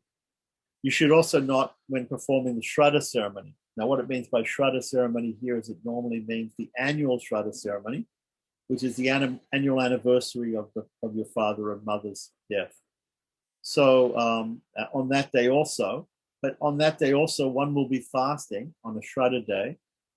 Whenever you do Shraddha or Tarpana or anything like that, even on Amavasya, the new moon days of the month, you perform it in the morning, the Tarpana, and only after you finish doing that in the afternoon can you break your fast and you can take lunch, or so it may not be a full day fasting, but at least the morning before that Shraddha ritual you are fasting. So therefore you cannot, because it's a half day fast or whatever, you're not going to be using a twig. So now there are legitimate reasons to fast in Scripture, and there's going to be lots of discussion about fasting in Hari Bhakti Vilasa. And some people are fasting for other reasons. Maybe they're fasting, but it's not actually mentioned in Scripture that they need to fast at that time. So it seems pretty clear that if you have a fasting day, you don't. It doesn't actually say. It says here upavas, upavase, and upavas can have different meanings. Also, not just fasting. The general meaning of upavas is fasting, but it can mean other things also.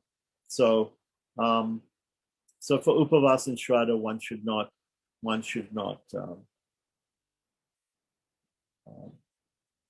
brush the teeth with a twig. Okay, so in other places in text 217, it mentions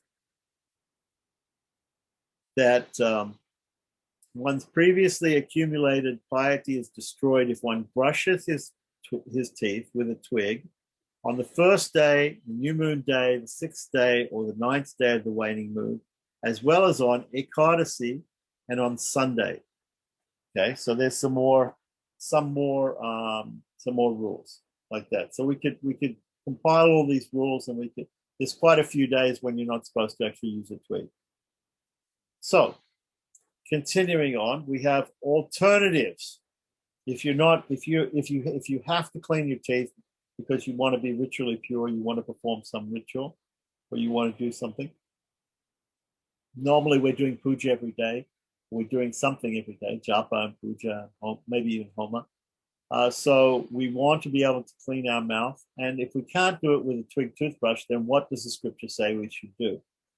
So the alternative is, it is recommended that on the prohibited days, one can brush the teeth with grass, tree bark, or leaves. Okay? So instead, you use this trinnahi. Trinna means grass. Trinnahi means with grass, right? So with different types of grass and herbs and tree bark and leaves like this. Okay, so then continuing on, text 219. Vyasadeva has said in this regard, one should brush his teeth with leaves on the first day, the new moon day, the 6th day, the 9th day, and on Sunday. So he doesn't actually mention whether it's the light fortnight or the dark fortnight, but we normally understood it to be the dark fortnight after Purnima, after the full moon, as the waning fortnight, the waning 2 weeks after the full moon. On other days, he must use a twig and also clean his tongue. So it isn't actually mentioned. Here's the first mention that we have directly of Jihwa Uleka. Ulekana means to scrape or to clean. Jihwa means the tongue. So it actually mentions here in the sloka to actually clean the tongue. So we're not sure whether you have to actually clean the tongue in on those other days, but at least when you're using a Twig toothbrush, you have to clean the tongue. So in text 220, Piety Nasi says, in absence of the twig and on prohibited days, one should use pure leaves to clean his teeth. One should clean the tongue every day. Okay, so that now in this next sloka, it is clarifying whether you have to actually clean your tongue every day. And he says, yes, you do have to clean your tongue every day, whether or not you're using a Twig toothbrush or not. Continuing to text 222, there are some restrictions. One should use grass or leaves on the days that when using a twig is prohibited, except on the new moon day and Ekadasi. So on the Amavasya, when you have to do Amavasya Tarpana, and on Ekadasi, again, when you're fasting, on the Amavasya Tarpana day, you're fasting only a half day because you're doing the Amavasya Tarpana. And on Ekadasi, you're supposed to be fasting according to Haribhakti Vilas the whole day. Because on these days, cleaning the teeth, even with grass or leaves, is prohibited. So he's given all the rules. And then he's given the exceptions, and then he's given a way to clean the teeth, and then he's given certain restrictions even for using of leaves and grass. Continuing to text 222, in another place, Srila Vyasadeva has said, in the absence of a twig and on prohibited days, one should brush his teeth with only 12 palms full of water. So this is also seen very commonly by Orthodox people. After they finish a meal, people will rinse their mouth and spit the water out 12 times. So it may seem excessive to most people, but there are certain numbers of times that one should sip water and gargle water or rinse the mouth with water afterwards to get all the food particles out of the mouth.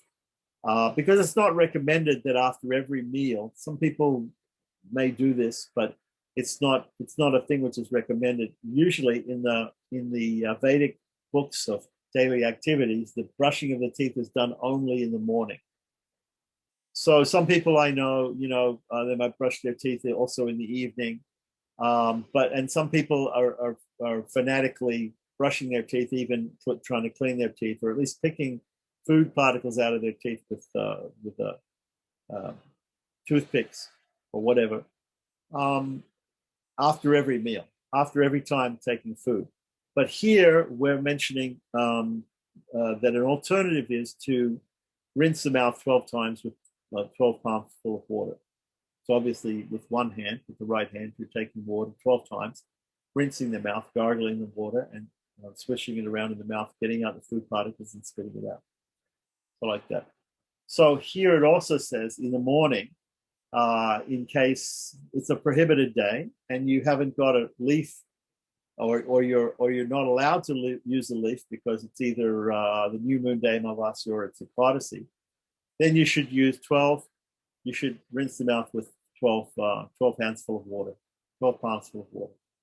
That's probably the final. We're getting towards the final parts of this topic, and hopefully we'll be starting something else. So, in the Kashikanda again of the Purana, Kartikeya and Agastya had a discussion, and they mentioned in these 223 to 226 verses, one should use 12 palms full of water for cleansing his mouth if twigs are not available, and on days when the brushing of one's teeth is prohibited.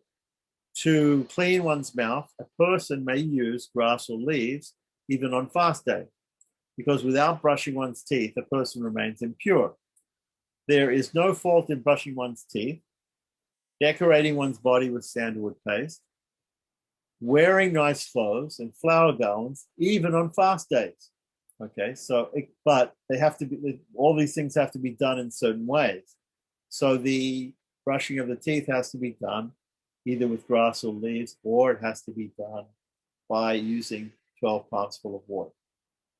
So now he's explained about brushing the teeth. He's explained about the regulations surrounding it.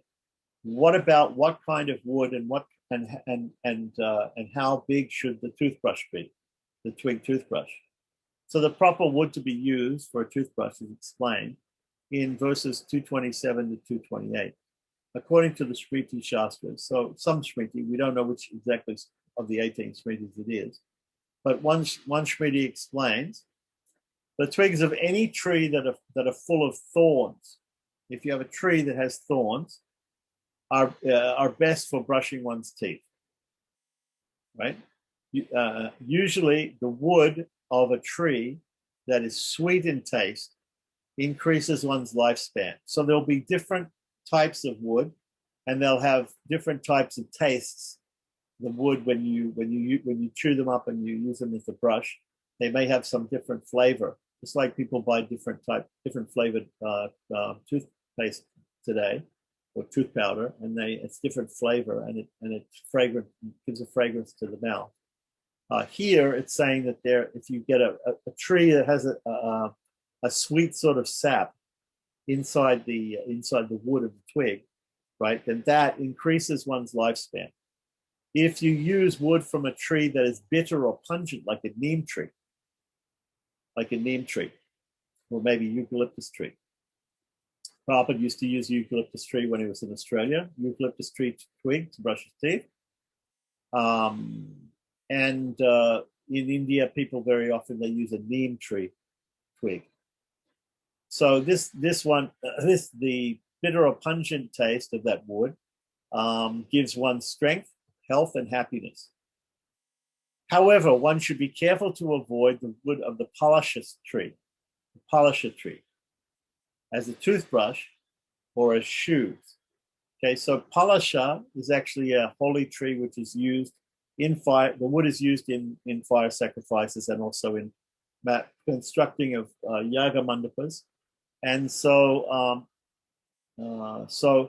this type of wood is not considered to be used. It's not supposed to be used for toothbrushes, right? For making toothbrushes.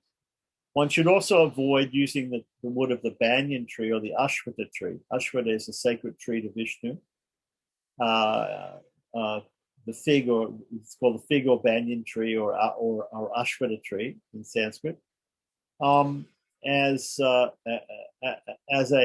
toothbrush for making shoes. So these two holy trees are restricted. For the use of the wood of these trees is restricted. You shouldn't make shoes or a toothbrush out of it, right? So we understand the toothbrush. There is such a thing in India as wooden shoes. People make these shoes made of wood, which are usually called in Sanskrit paduka. And in fact, sometimes people in temples, they have a pair of these shoes, which they offer to the deity during the time of worship, for the deity to move from different sections of the worship to another section. The different sections of the worship are called asanas, and they're different position. So the deity has an asana where you go and you pray to him, and then he goes and there's a place where he goes and to take bath. And before the deity takes bath, you offer these shoes to him to wear when he goes to take bath. And these are normally wooden shoes.